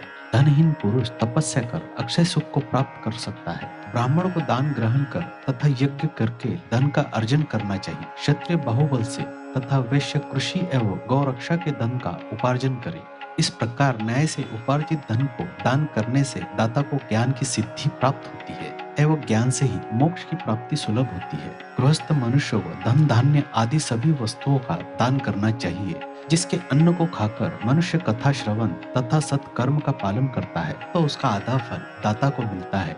दान लेने वाले मनुष्य को दान में प्राप्त वस्तु का दान तथा तपस्या द्वारा पाप की शुद्धि करनी चाहिए। उसे अपने धन के 3 भाग करने चाहिए, एक धर्म के लिए, दूसरा वृद्धि के लिए एवं तीसरा उपभोग के लिए। धर्म के लिए रखे धन से नित्य नैमित्तिक और इच्छित कार्य करें। वृद्धि के लिए रखे धन से ऐसा व्यापार करें जिससे धन की प्राप्ति हो तथा उपभोग के धन से पवित्र भोग भोगे। खेती से प्राप्त धन का 10वां भाग दान कर दे, इससे पाप की शुद्धि होती है। वृद्धि के लिए किए गए व्यापार से प्राप्त धन का 6वां भाग दान देना चाहिए। विद्वान को चाहिए कि वह दूसरों के दोषों का बखान ना करे। ब्राह्मण भी दोषवश दूसरे के सुने या देखे हुए छिद्र को कभी प्रकट ना करे। विद्वान पुरुष ऐसी बात न कहे जो समस्त प्राणियों के हृदय में रोष पैदा करने वाली हो। दोनों संध्याओं के समय अग्नि को विधि पूर्वक दी हुई आहुति से संतुष्ट करे। चावल, धान्य, घी, फल, कंद तथा हविष्य के द्वारा थाली पाक बनाए तथा यथोचित रीति से सूर्य और अग्नि को अर्पित करे। यदि दोनों समय अग्निहोत्र करने से असमर्थ हो तो संध्या के समय जाप और सूर्य की वंदना कर ले। आत्मज्ञान की इच्छा रखने वाले तथा धनी पुरुषों को इसी प्रकार उपासना करनी चाहिए। जो मनुष्य सदा ब्रह्म यज्ञ करते हैं, देवताओं की पूजा, अग्नि पूजा और गुरु पूजा प्रतिदिन करते हैं तथा ब्राह्मणों को भोजन तथा दक्षिणा देते हैं, वे स्वर्गलोक के भागी होते हैं। और इसी के साथ हमारा 13वां अध्याय यही समाप्त होता है। विद्येश्वर संहिता का 14वां अध्याय, जिसका नाम है अग्नि यज्ञ, देव यज्ञ और ब्रह्म यज्ञ का वर्णन। तो चलिए आइए सुनते हैं। ऋषियों ने कहा, प्रभु, अग्नि यज्ञ, देव यज्ञ और ब्रह्म यज्ञ का वर्णन करके हमें कृतार्थ करें। सूत जी बोले, महर्षियों, गृहस्थ पुरुषों के लिए प्रातः और सायंकाल अग्नि में 2 चावल और द्रव्य की आहुति ही अग्नि यज्ञ है। ब्रह्मचारियों के लिए समिधा देना ही अग्नि यज्ञ है, अर्थात अग्नि में सामग्री की आहुति देना उसके लिए अग्नि यज्ञ है। द्विजों का जब तक विवाह न हो जाए उनके लिए अग्नि में समिधा की आहुति, व्रत तथा जाप करना ही अग्नि यज्ञ है। द्विजो जिसने अग्नि को विसर्जित कर उसे अपनी आत्मा में स्थापित कर लिया है, ऐसे वानप्रस्थियों और सन्यासियों के लिए यही अग्नि यज्ञ है कि वे समय पर हितकर और पवित्र अन्न का भोजन कर ले। ब्राह्मणों सायंकाल अग्नि के लिए दी आहुति से संपत्ति की प्राप्ति होती है तथा प्रातःकाल सूर्य को दी आहुति से आयु की वृद्धि होती है। दिन में अग्निदेव सूर्य में हो प्रविष्ट हो जाते हैं, अतः प्रातःकाल सूर्य को दी आहुति अग्नि यज्ञ के समान ही होती है। इंद्र आदि समस्त देवताओं को प्राप्त करने के उद्देश्य से जो आहुति अग्नि में दी जाती है वह देव यज्ञ कहलाती है। लौकिक अग्नि में प्रतिष्ठित जो संस्कार निमित्तिक हवन कर्म है वह देव यज्ञ है। देवताओं को प्रसन्न करने के लिए नियम से विधि पूर्वक किया गया यज्ञ ही देव यज्ञ है। वेदों के नित्य अध्ययन और स्वाध्याय को ब्रह्म यज्ञ कहते हैं। मनुष्य को देवताओं की तृप्ति के लिए प्रतिदिन ब्रह्म यज्ञ करना चाहिए। प्रातःकाल और सायंकाल को ही इसे किया जा सकता है। अग्नि के बिना देव यज्ञ कैसे होता है, इसे श्रद्धा और आदर से सुने। सृष्टि के आरंभ में सर्वज्ञ और सर्वसमर्थ महादेव शिव जी ने समस्त लोगों के उपकार के लिए वारों की कल्पना की। भगवान शिव संसार रूपी रोगों को दूर करने के लिए वैद्य है, सबके ज्ञाता तथा समस्त औषधियों के औषध है। भगवान शिव ने सबसे पहले अपने वार की रचना की जो आरोग्य प्रदान करने वाला है। तत्पश्चात अपनी माया शक्ति का वार बनाया जो संपत्ति प्रदान करने वाला है। जन्म काल में दुर्गतिग्रस्त बालक की रक्षा के लिए कुमार के वार की कल्पना की। आलस्य और पाप की निवृत्ति तथा समस्त लोगों का हित करने की इच्छा से लोक रक्षक भगवान विष्णु का वार बनाया। इसके बाद शिव जी ने पुष्टि और रक्षा के लिए आयुकर्ता त्रिलोक सृष्टा परमेष्टि ब्रह्मा का आयुष्कार वार बनाया। तीनों लोगों की वृद्धि के लिए पहले पुण्य पाप की रचना होने पर लोगों को शुभाशुभ फल देने वाले इंद्र और यम के वारों का निर्माण किया। ये वार भोग देने वाले तथा मृत्यु भय को दूर करने वाले हैं। इसके उपरांत भगवान शिव ने 7 ग्रहों को इन वारों का स्वामी निश्चित किया। ये सभी ग्रह नक्षत्र ज्योतिर्मय मंडल में प्रतिष्ठित है। शिव के वार के स्वामी सूर्य है, शक्ति संबंधी वार के स्वामी सोम, कुमार संबंधी वार के अधिपति मंगल, विष्णु वार के स्वामी बुध, ब्रह्मा जी के वार के स्वामी बृहस्पति, इंद्र वार के स्वामी शुक्र व यम वार के स्वामी शनि है। अपने अपने वार में की गई देवताओं की पूजा उनके फलों को देने वाली है। सूर्य आरोग्य और चंद्रमा संपत्ति देता है। बुध व्याधियों के निवारक तथा बुद्धि प्रदाता है। बृहस्पति आयु की वृद्धि करते हैं। शुक्र भोग देते हैं और शनि मृत्यु का निवारण करते हैं। इन 7 वारों के फल उनके देवताओं के पूजन से प्राप्त होते हैं। अन्य देवताओं की पूजा का फल भी भगवान शिव देते हैं। देवताओं की प्रसन्नता के लिए पूजा की 5 पद्धतियां हैं। पहले उन देवताओं के मंत्रों का जाप, दूसरा होम, तीसरा दान, चौथा जप तथा 5वां वेदी पर प्रतिमा में अग्नि अथवा ब्राह्मण के शरीर में विशिष्ट देव की भावना करके 16 उपचारों से पूजा तथा आराधना करना। दोनों नेत्रों तथा मस्तक के रोग में और कुष्ठ रोग की शांति के लिए भी भगवान सूर्य की पूजा करके ब्राह्मणों को भोजन कराए। इससे यदि प्रबल प्रारब्ध का निर्माण हो जाए तो जरा एवं रोगों का नाश हो जाता है। इष्ट मंत्रों के नाम मंत्रों का जाप वार के अनुसार फल देते हैं। रविवार को सूर्य देव व अन्य देवताओं के लिए तथा अन्य ब्राह्मणों के लिए विशिष्ट वस्तु अर्पित करें। यह साधन विशिष्ट फल देने वाला होता है तथा इसके द्वारा पापों की शांति होती है। सोमवार को संपत्ति व लक्ष्मी की प्राप्ति के लिए लक्ष्मी की पूजा करें तथा पत्नी के साथ ब्राह्मणों को घी में पका अन्न भोजन कराएं। मंगलवार को रोगों की शांति के लिए काली की पूजा करें। उड़द, मूंग एवं अरहर की दाल से युक्त अन्न का भोजन ब्राह्मणों को कराएं। बुधवार को दधि युक्त अन्न से भगवान विष्णु की पूजा करें। ऐसा करने से पुत्र मित्र की प्राप्ति होती है। जो दीर्घायु होने की इच्छा रखते हैं वे बृहस्पतिवार को देवताओं का वस्त्र, यज्ञोपवीत तथा घी मिश्रित खीर से पूजन करें। भोगों की प्राप्ति के लिए शुक्रवार को एकाग्र चित्त होकर देवताओं का पूजन करें और ब्राह्मणों की तृप्ति के लिए षड्रस युक्त अन्न दे। स्त्रियों की प्रसन्नता के लिए सुंदर वस्त्र का विधान करें। शनिवार अपमृत्यु का निवारण करने वाला है। इस दिन रुद्र की पूजा करें। तिल के होम व दान से देवताओं को संतुष्ट करके ब्राह्मणों को तिल मिश्रित भोजन कराए। इस तरह देवताओं की पूजा करने से आरोग्य व उत्तम फल की प्राप्ति होगी।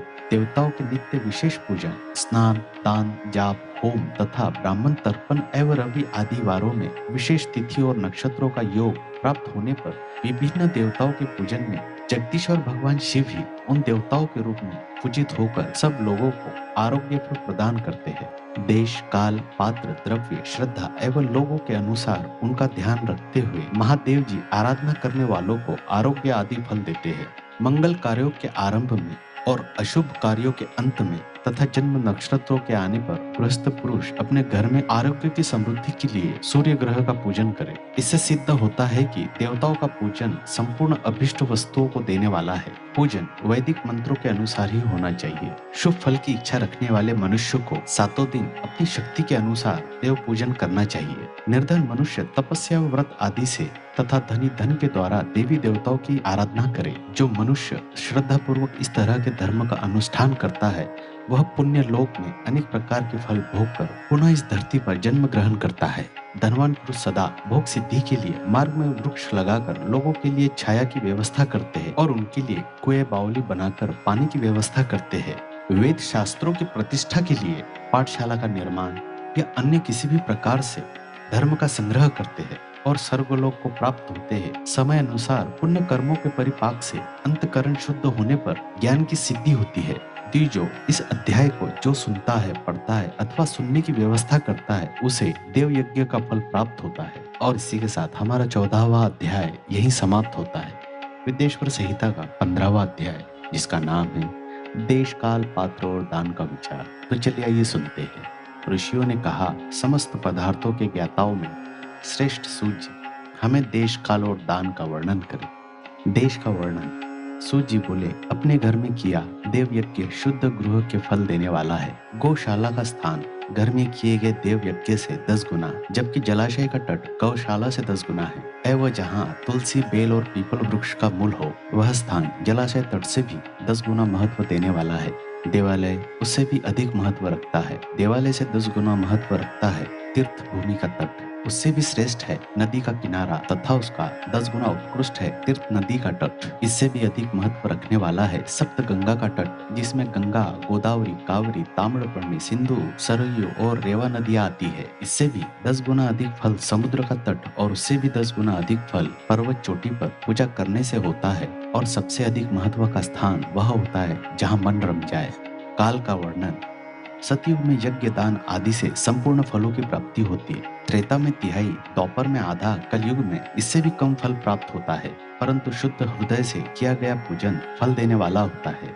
इससे 10 गुना फल सूर्य संक्रांति के दिन, उससे 10 गुना अधिक फल तुला और मेष की संक्रांति में तथा चंद्र ग्रहण में उससे भी 10 गुना फल मिलता है। सूर्य ग्रहण में उससे भी 10 गुना अधिक फल प्राप्त होता है।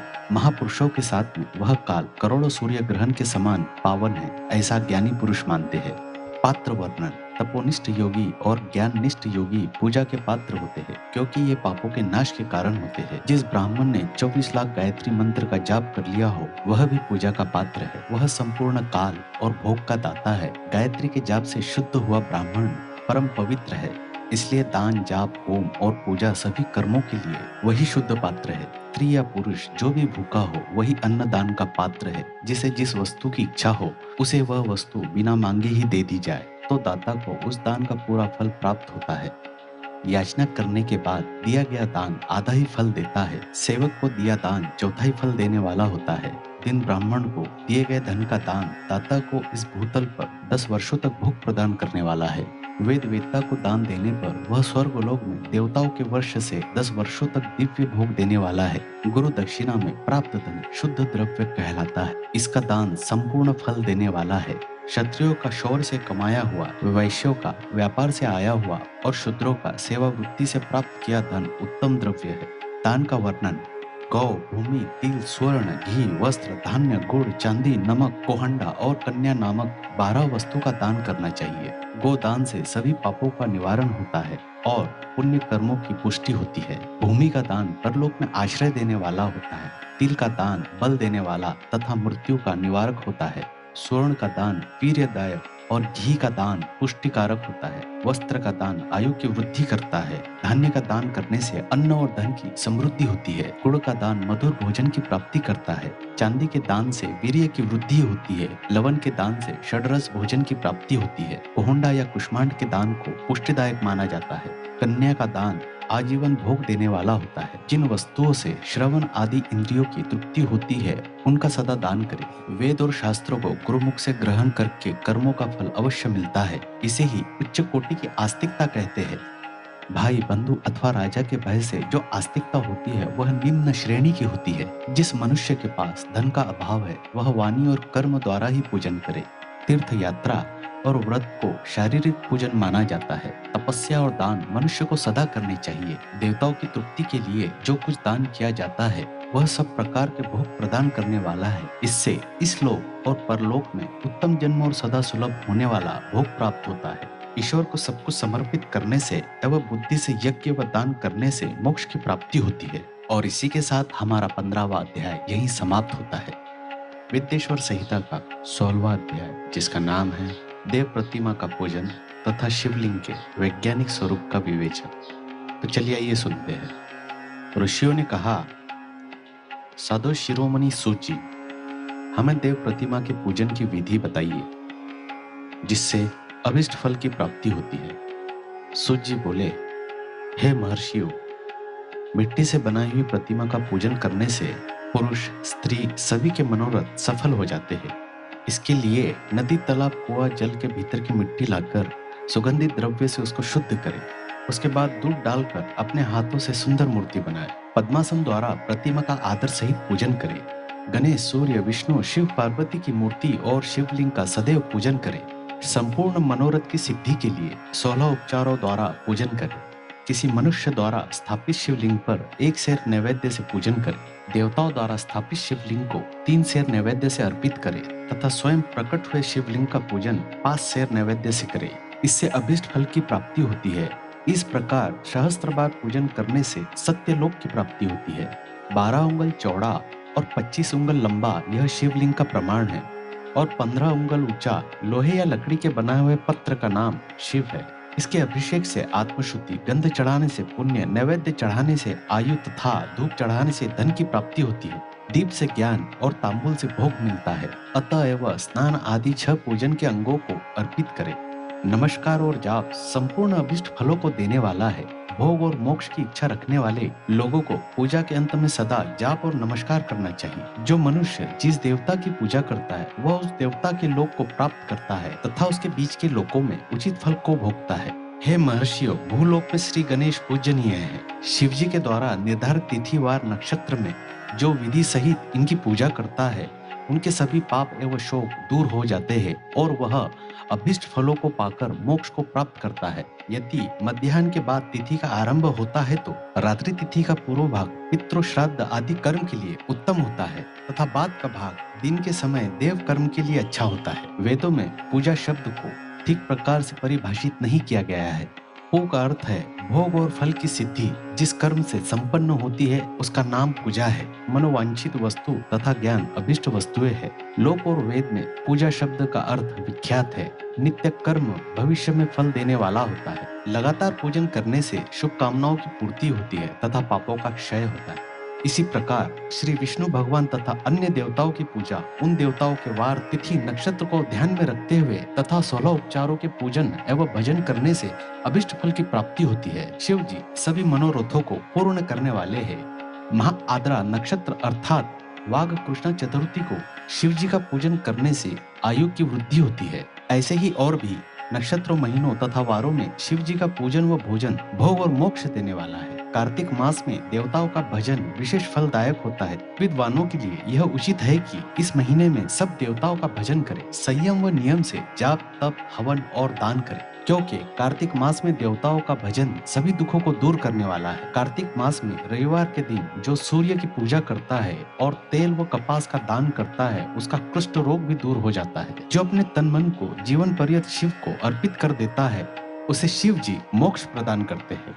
योनि और लिंग इन दोनों स्वरूपों के शिव स्वरूप में समाविष्ट होने के कारण वे जगत के जन्म निरूपण हैं और इसी नाते से जन्म की निवृत्ति के लिए शिव जी की पूजा का अलग विधान है। सारा जगत बिंदु नाद स्वरूप है, बिंदु शक्ति है और नाद शिव, इसलिए सारा जगत शिव शक्ति स्वरूप ही है। नाद बिंदु का और बिंदु इस जगत का आधार है।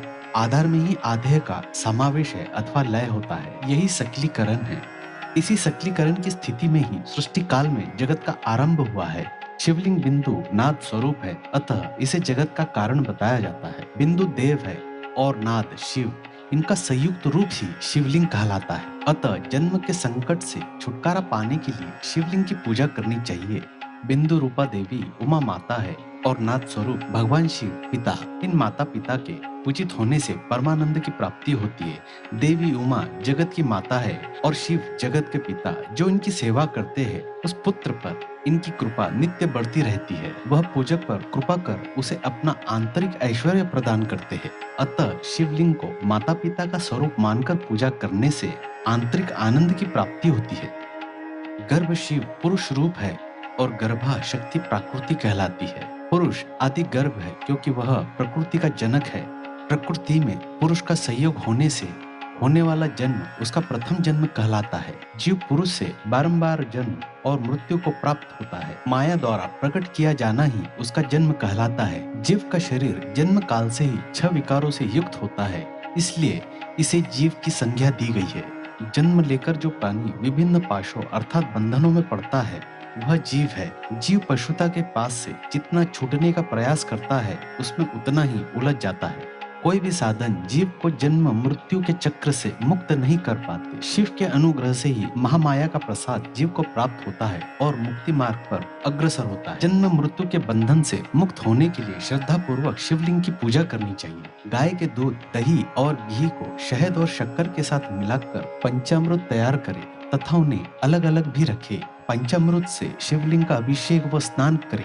दूध व अन्न मिलाकर नैवेद्य तैयार कर प्रणव मंत्र का जाप करते हुए उसे भगवान शिव को अर्पित कर दे। प्रणव को ध्वनिलिंग, स्वयंभू लिंग और नाद स्वरूप होने के कारण नादलिंग तथा बिंदु स्वरूप होने के कारण बिंदुलिंग के स्वरूप में प्रसिद्धि प्राप्त है। अचल रूप से प्रतिष्ठित शिवलिंग को मकार स्वरूप माना जाता है, इसलिए वह मकारलिंग कहलाता है। सवारी निकलने में उकारलिंग का उपयोग होता है। पूजा की दीक्षा देने वाले गुरु आचार्य विग्रह आकार का प्रतीक होने से आकार लिंग के 6 भेद है। इनकी नित्य पूजा करने से साधक जीवन मुक्त हो जाता है। और इसी के साथ हमारा 16वां अध्याय यहीं समाप्त होता है। विद्येश्वर संहिता का 17वां अध्याय, जिसका नाम है प्रणव का महात्म्य व शिवलोक के वैभव का वर्णन। तो चलिए ये शुरू करते हैं। ऋषि बोले, महामुनि, आप हमें प्रणव मंत्र का महात्म्य तथा शिव भक्ति की पूजा का विधान सुनाइए। प्रणव का महात्म्य। सूत जी ने कहा, महर्षियों, आप लोग तपस्या के धनी हैं तथा आपने मनुष्यों की भलाई के लिए बहुत ही सुंदर प्रश्न किया है। मैं आपको इसका उत्तर सरल भाषा में दे रहा हूँ। प्रकृति से उत्पन्न संसार रूपी महासागर का नाम है प्रणव। इससे पार करने के लिए नौका स्वरूप है, इसलिए ओमकार को प्रणव की संज्ञा दी गई। प्रपंच न नहीं है, वह तुम्हारे लिए, इसलिए ओम को प्रणव नाम से जाना जाता है। अर्थात प्रणव वह शक्ति है जिसमें जीव के लिए किसी प्रकार का भी प्रपंच अथवा धोखा नहीं है। यह प्रणव मंत्र सभी भक्तों को मोक्ष देता है। मंत्र का जाप तथा इसकी पूजा करने वाले उपासकों को यह नूतन ज्ञान देता है। माया रहित महेश्वर को भी नव अर्थात नूतन कहते हैं। वे परमात्मा के शुद्ध स्वरूप है। प्रणव साधक को नया अर्थात विश्व स्वरूप देता है, इसलिए विद्वान इसे प्रणव नाम से जानते हैं। क्योंकि यह नव दिव्य परमात्मा ज्ञान प्रकट करता है, इसलिए यह प्रणव है। प्रणव के 2 भेद है, स्थूल और सूक्ष्म। ओम सूक्ष्म प्रणव व नम शिवाय, यह पंचाक्षर मंत्र स्थूल प्रणव है। जीवन मुक्त पुरुष के लिए सूक्ष्म प्रणव के जाप का विधान है, क्योंकि यह सभी साधनों का सार है। देह का विलय होने तक सूक्ष्म प्रणव मंत्र का जाप अर्थभूत परमात्मा तत्व का अनुसंधान करता है। शरीर नष्ट होने पर ब्रह्म स्वरूप शिव को प्राप्त करता है। इस मंत्र का 36 करोड़ बार जाप करने से मनुष्य योगी हो जाता है। यह अकार, उकार, मकार, बिंदु और नाद सहित अर्थात अ, उ, म 3 दीर्घ अक्षरों और मात्राओं सहित प्रणव होता है, जो योगियों के हृदय में निवास करता है। यही सब पापों का नाश करने वाला है। अशिव है, वो शक्ति है और मकार इनकी एकता है।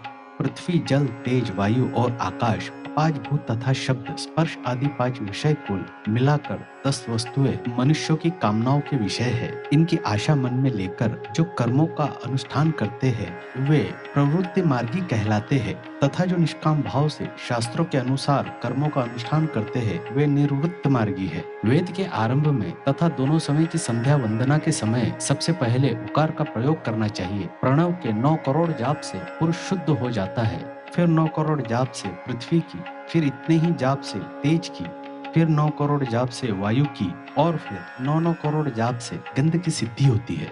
ब्राह्मण सहस्त्र ओमकार मंत्रों का रोजाना जाप करने से प्रबुद्ध व शुद्ध योगी हो जाता है। फिर जितेंद्रिय होकर 5 करोड़ का जाप करता है तथा शिवलोक को प्राप्त होता है। क्रिया, तप और जाप के योग से शिव योगी 3 प्रकार के होते हैं। धन और वैभव से पूजा सामग्री एकत्र कर अंगों से नमस्कार आदि करते हुए इष्ट देव की प्राप्ति के लिए जो पूजा में लगा रहता है वह क्रिया योगी कहलाता है। पूजा में संलग्न रहकर जो परिमित भोजन कराता है एवं बाह्य इंद्रियों को जीतकर वश में करता है उसे तपोयोगी कहते हैं। सभी सद्गुणों से युक्त होकर सदा शुद्ध भाव से समस्त कार्य कर शांत हृदय से निरंतर जो जाप करता है वह जप योगी कहलाता है। जो मनुष्य 16 उपचारों से शिव योगी महात्माओं की पूजा करता है वह शुद्ध होकर मुक्ति को प्राप्त करता है। जप योग का वर्णन। ऋषियों, अब मैं तुमसे जप योग का वर्णन करता हूँ। सर्वप्रथम मनुष्य को अपने मन को शुद्ध कर पंचाक्षर मंत्र नमः शिवाय का जाप करना चाहिए। यह मंत्र संपूर्ण सिद्धियां प्रदान करता है। इस पंचाक्षर मंत्र के आरंभ में ओम का जाप करना चाहिए। गुरु के मुख से पंचाक्षर मंत्र का उपदेश पाकर कृष्ण पक्ष प्रतिपदा से लेकर चतुर्दशी तक साधक रोज एक बार परिमित भोजन करे, मौन रहे, इंद्रियों को वश में रखे, माता पिता की सेवा करे, नियम से 1 सहस्त्र पंचाक्षर मंत्र का जाप करे, तभी उसका जप योग शुद्ध होता है। भगवान शिव का निरंतर चिंतन करते हुए पंचाक्षर मंत्र का 5 लाख जाप करे। जब काल में शिव के कल्याणमय स्वरूप का ध्यान करे। ऐसा ध्यान करे कि भगवान शिव कमल के आसन पर विराजमान है। अनेक शिवगण वहां खड़े होकर उनकी अनुपम छवि को निहार रहे हैं। मन में सदा शिव का बारंबार स्मरण करते हुए सूर्य मंडल से पहले उनकी मानसिक पूजा करें। पूर्व की ओर मुख करके पंचाक्षर मंत्र का जाप करें। उन दिनों साधक शुद्ध कर्म करे तथा अशुद्ध कर्मों से बचा रहे। जाप की समाप्ति के दिन कृष्ण पक्ष की चतुर्थी को शुद्ध होकर शुद्ध हृदय से बाहर सहस्त्र जाप करें। तत्पश्चात ईशान, तप पुरुष, अघोर, वामदेव तथा सत्योजात के प्रतीक स्वरूप 5 शिव भक्त ब्राह्मणों का स्मरण कर शिव का पूजन विधि पूर्वक कर होम प्रारंभ करें। विधि विधान से भूमि को शुद्ध कर वेदी पर अग्नि प्रज्वलित करे। गाय के घी से 1100 अथवा 1000 आहुतियों को सोए दे या 108 आहुतियां ब्राह्मण से दिलाए। दक्षिणा के रूप में 1 गाय अथवा बैल देना चाहिए। प्रतीक रूप 5 ब्राह्मणों के चरणों को धोए तथा उस जल से मस्तक को सींचे। ऐसा करने से अग्नि तीर्थों के तत्काल स्नान का फल प्राप्त होता है। इसके उपरांत ब्राह्मणों को भरपूर भोजन कराकर देवेश्वर शिव से प्रार्थना करें। फिर 5 लाख जाप करने से समस्त पापों का नाश हो जाता है। पुनः 5 लाख जाप करने पर भूतल से सत्यलोक तक 14 भुवनों पर अधिकार प्राप्त हो जाता है। कर्म माया और ज्ञान माया का तात्पर्य, माँ का अर्थ है लक्ष्मी, उससे कर्म भोग प्राप्त होता है, इसलिए यह माया अथवा कर्म माया कहलाती है। इसी से ज्ञान भोग की प्राप्ति होती है, इसलिए उसे माया या ज्ञान माया भी कहा गया है। उपयुक्त सीमा से नीचे नश्वर भोग है और ऊपर नित्य भोग। नश्वर भोग में जीव सकाम कर्मों का अनुसरण करता हुआ विभिन्न योनियों व लोकों के चक्कर काटता है। बिंदु पूजा में तत्पर रहने वाले उपासक नीचे के लोकों में घूमते हैं। निष्काम भाव से शिवलिंग की पूजा करने वाले ऊपर के लोक में जाते हैं। नीचे कर्मलोक है और यहाँ संस्कारिक जीव रहते हैं। ऊपर ज्ञान लोक है जिसमें मुक्त पुरुष रहते हैं और आध्यात्मिक उपासना करते हैं। शिवलोक के वैभव का वर्णन। जो मनुष्य सत्य अहिंसा से भगवान शिव की पूजा में तत्पर रहते हैं काल चक्र को पार कर जाते हैं। काल चक्रेश्वर की सीमा तक महेश्वर लोक है। उससे ऊपर वृषभ के आकार में धर्म की स्थिति है। उसके सत्य, सोच, अहिंसा और दया 4 पाद है। वह साक्षात शिवलोक के द्वार पर खड़ा है। क्षमा उसके सिंह है, क्षम कान है। वह वेद ध्वनि रूपी शब्द से विभूषित है। भक्ति उसके नेत्र व विश्वास उसकी बुद्धि मन है। क्रिया आदि धर्म रूपी वृषभ है जिस पर शिव आरूढ़ होते हैं। ब्रह्मा विष्णु और महेश की आयु को दिन कहते हैं। कारण स्वरूप ब्रह्मा के सत्यलोक पर्यंत 14 लोक स्थित है जो 5 भौतिक गंध से परे है। उनसे ऊपर कारण रूप विष्णु के 14 लोक है तथा इससे ऊपर कारण रूपी रुद्र के 28 लोकों की स्थिति है। फिर कारण शिव के 56 लोक विद्यमान हैं। सबसे ऊपर 5 आवरणों से युक्त ज्ञानमय कैलाश है जहाँ 5 मंडलों 5 ब्रह्म कालों और आदि शक्ति से संयुक्त आदि लिंग है जिसे शिवालय कहा जाता है। वही पराशक्ति से युक्त परमेश्वर शिव निवास करते हैं। वे सृष्टि पालन संहार तिरोभाव और अनुग्रह आदि कार्यों में कुशल है। नित्य कर्मों द्वारा देवताओं का पूजन करने से शिव तत्व का साक्षात्कार होता है। जिन पर शिव की कृपा दृष्टि पड़ चुकी है वे सब मुक्त हो जाते हैं। अपनी आत्मा में आनंद का अनुभव करना ही मुक्ति का साधन है। जो पुरुष क्रिया तप जाप ज्ञान और ध्यान रूपी धर्मों से शिव का साक्षात्कार करके मोक्ष को प्राप्त कर लेता है उसके अज्ञान को भगवान शिव दूर कर देते हैं। शिव भक्ति का सत्कार साधक 5 लाख जाप करने के पश्चात भगवान शिव की प्रसन्नता के लिए महाअभिषेक एवं नैवेद्य से शिव भक्तों का पूजन करे। भक्त की पूजा से भगवान शिव बहुत प्रसन्न होते हैं। शिव भक्त का शरीर शिव रूप ही है। जो शिव के भक्त है और वेद की सारी क्रियाओं को जानते हैं वे जितना अधिक शिव मंत्र का जाप करते हैं उतना ही शिव का सामीप्य बढ़ता है। शिव भक्त स्त्री का रूप पार्वती देवी का है तथा मंत्रों का जाप करने से देवी का सानिध्य प्राप्त हो जाता है। साधक स्वयं शिव स्वरूप होकर पराशक्ति अर्थात पार्वती का पूजन शक्ति बेर तथा लिंग का चित्र बनाकर अथवा मिट्टी से इनकी आकृति का निर्माण करके प्राण प्रतिष्ठा कर इसका पूजन कर शिवलिंग को शिव मानकर अपने को शक्ति रूप समझकर शक्ति लिंग को देवी मानकर पूजन करे। शिव भक्त शिव मंत्र रूप होने के कारण शिव के स्वरूप है। जो 16 उपचारों से उनकी पूजा करता है उसे अभिष्ट फलों की प्राप्ति होती है। उपासना के उपरांत शिव भक्त की सेवा से विद्वानों पर शिव जी प्रसन्न होते हैं। 5, 10 या 100 सप्तनिक शिव भक्तों को बुलाकर आदर पूर्वक भोजन कराए। शिव भावना रखते हुए निष्कपट पूजा करने से भूतल पर फिर जन्म नहीं होता। और इसी के साथ हमारा 17वां अध्याय यही समाप्त होता है। विद्येश्वर संहिता का 18वां अध्याय जिसका नाम है बंधन और मोक्ष का विवेचन शिव के भस्म धारण का रहस्य। तो चलिए आइए शुरू करते हैं। ऋषि बोले, सर्वज्ञों में श्रेष्ठ सूत जी, बंधन और मोक्ष क्या है? कृपया हम पर कृपा कर हमें बताए। सूत जी ने कहा, महर्षियों, मैं बंधन और मोक्ष के स्वरूप वो उपाय का वर्णन तुम्हारे लिए कर रहा हूँ। पृथ्वी के 8 बंधनों के कारण ही आत्मा की जीव की संज्ञा है, अर्थात बंधनों में बंधा हुआ जीव बुद्ध कहलाता है और जो उन बंधनों से छुटा हुआ है उसे मुक्त कहते हैं। प्रकृति बुद्धि त्रिगुणात्मक अहंकार और 5 तन्मात्राएं आदि 8 तत्वों के समूह से देह की उत्पत्ति हुई है।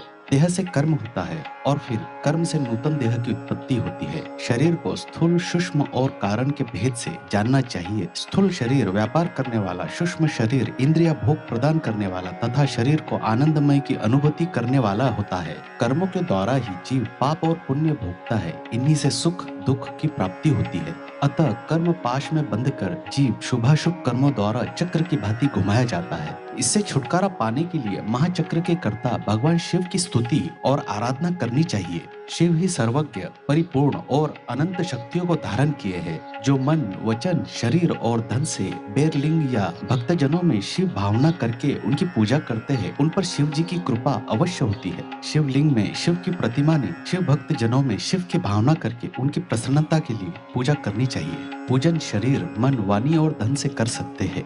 भगवान शिव पूजा करने वाले पर विशेष कृपा करते हैं और अपने लोक में निवास का सौभाग्य प्रदान करते हैं। जब तन मात्राएं वश में हो जाती है तब जीव जगदम्बा सहित शिव का सामीप्य प्राप्त करते हैं। भगवान का प्रसाद प्राप्त होने पर बुद्धि वश में हो जाती है। सर्वज्ञता और तृप्ति शिव के ऐश्वर्य है। उन्हें पाकर मनुष्य की मुक्ति हो जाती है। इसलिए शिव का कृपा प्रसाद प्राप्त करने के लिए उन्हीं का पूजन करना चाहिए। शिव क्रिया शिव तप शिव मंत्र जाप शिव ज्ञान और शिव ध्यान प्रतिदिन प्रातः से रात को सोते समय तक जन्म से मृत्यु तक करना चाहिए एवं मंत्रों और विभिन्न पुष्पों से शिव की पूजा करनी चाहिए। ऐसा करने से भगवान शिव का लोक प्राप्त होता है।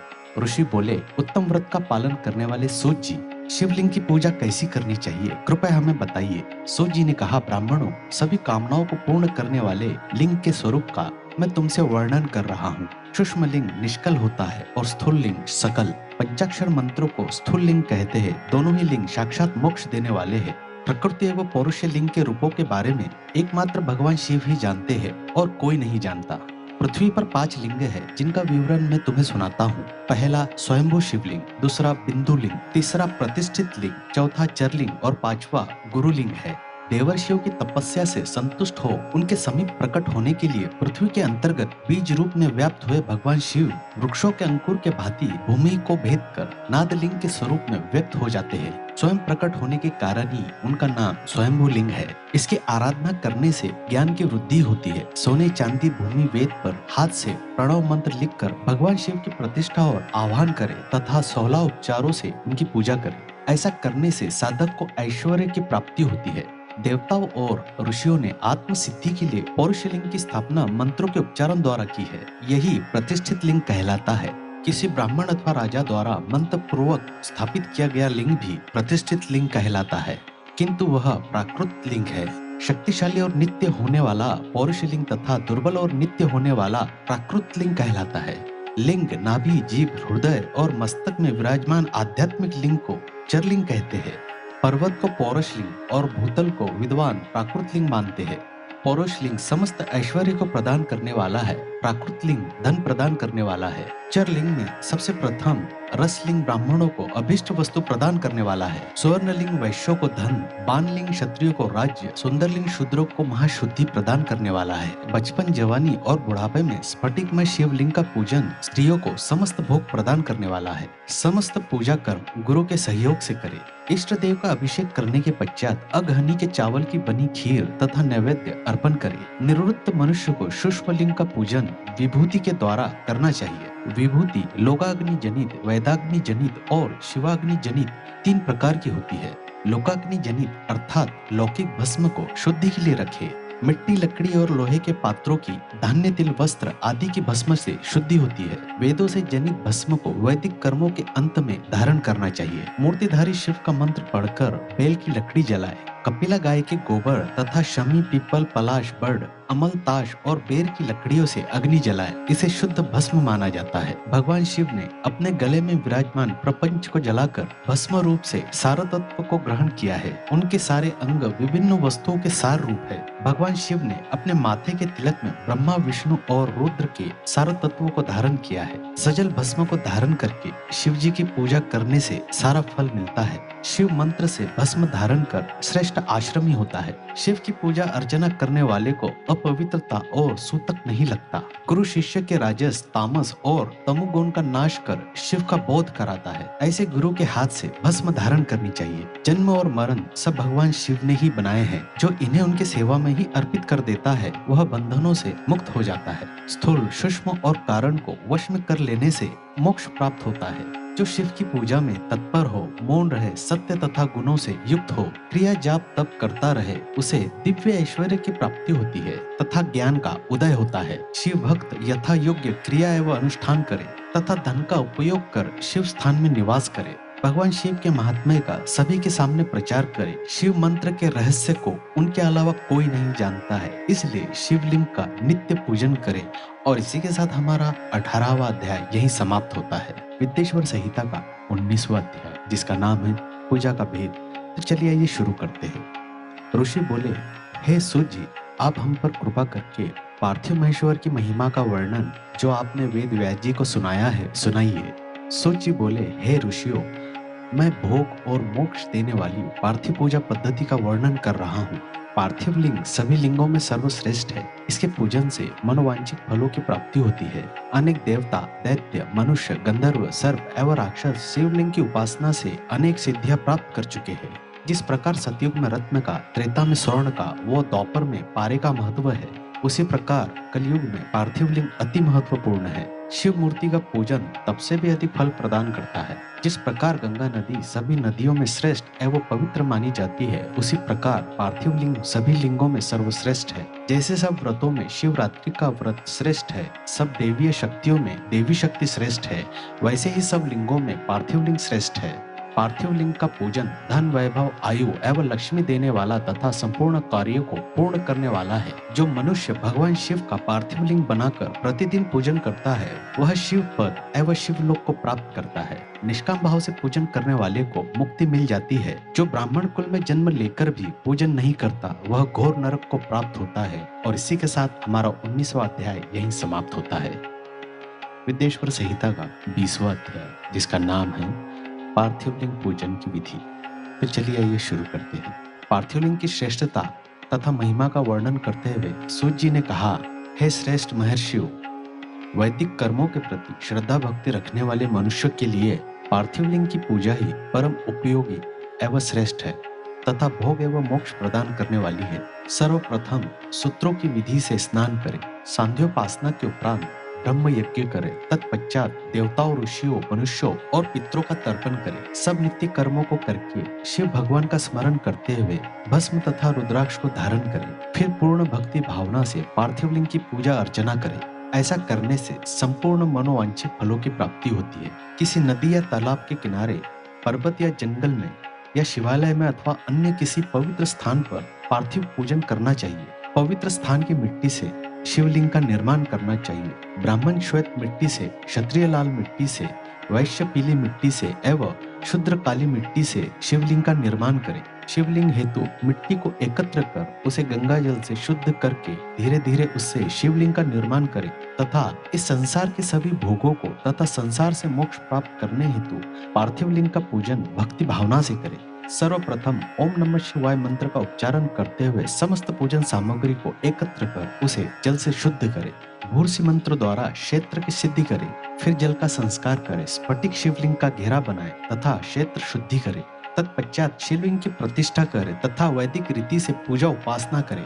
भगवान शिव का आह्वान करें तथा आसन पर उन्हें स्थापित करके उनके समक्ष आसन पर स्वयं बैठ जाए। शिवलिंग को दूध, दही और घी से स्नान कराए। रुचाओं से मधु, शहद और शक्कर से स्नान कराए। ये पांचों वस्तुएं दूध, दही, घी, शहद और शक्कर पंचामृत कहलाते हैं। इन्हीं वस्तुओं से लिंग को स्नान कराए। तदोपरांत उत्तरीय धारण कराए। चारों रुचाओं को पढ़कर भगवान शिव को वस्त्र और यज्ञोपवीत समर्पित करे तथा सुगंधित चंदन एवं रोली चढ़ाए तथा अक्षत फूल और बेलपत्र अर्पित करे।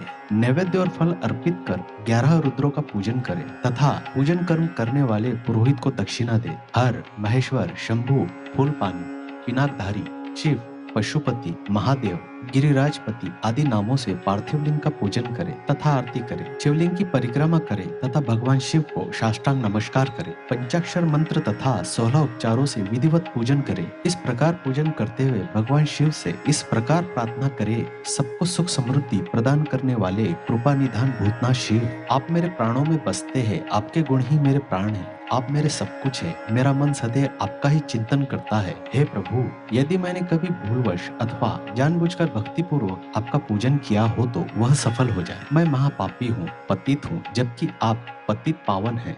हे महादेव सदाशिव, आप वेदों, पुराणों और शास्त्रों के सिद्धांतों के परम ज्ञाता है। अब तक कोई भी आपको पूर्ण रूप से नहीं जानता है, फिर भला मुझ जैसा पापी मनुष्य आपको कैसे जान सकता है।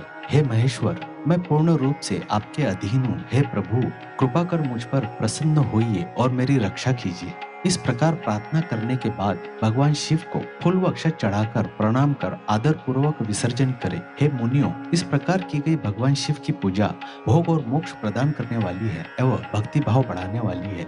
और इसी के साथ हमारा 20वां अध्याय यही समाप्त होता है। विद्येश्वर संहिता का 21वां अध्याय, जिसका नाम है शिवलिंग की संख्या। तो चलिए आइए शुरू करते हैं। सूत जी बोले, महर्षियों, पार्थिव लिंगों की पूजा करोड़ों यज्ञों का फल देने वाली है। कलयुग में शिवलिंग पूजन मनुष्यों के लिए सर्वश्रेष्ठ है। यह भोग और मोक्ष देने वाला एवं शास्त्रों का निश्चित सिद्धांत है। शिवलिंग 3 प्रकार के हैं, उत्तम, मध्यम और अधम। 4 उंगल ऊंचे वेदी से युक्त सुंदर शिवलिंग को उत्तम शिवलिंग कहा जाता है। उससे आधा मध्यम तथा मध्यम से आधा अधम कहलाता है।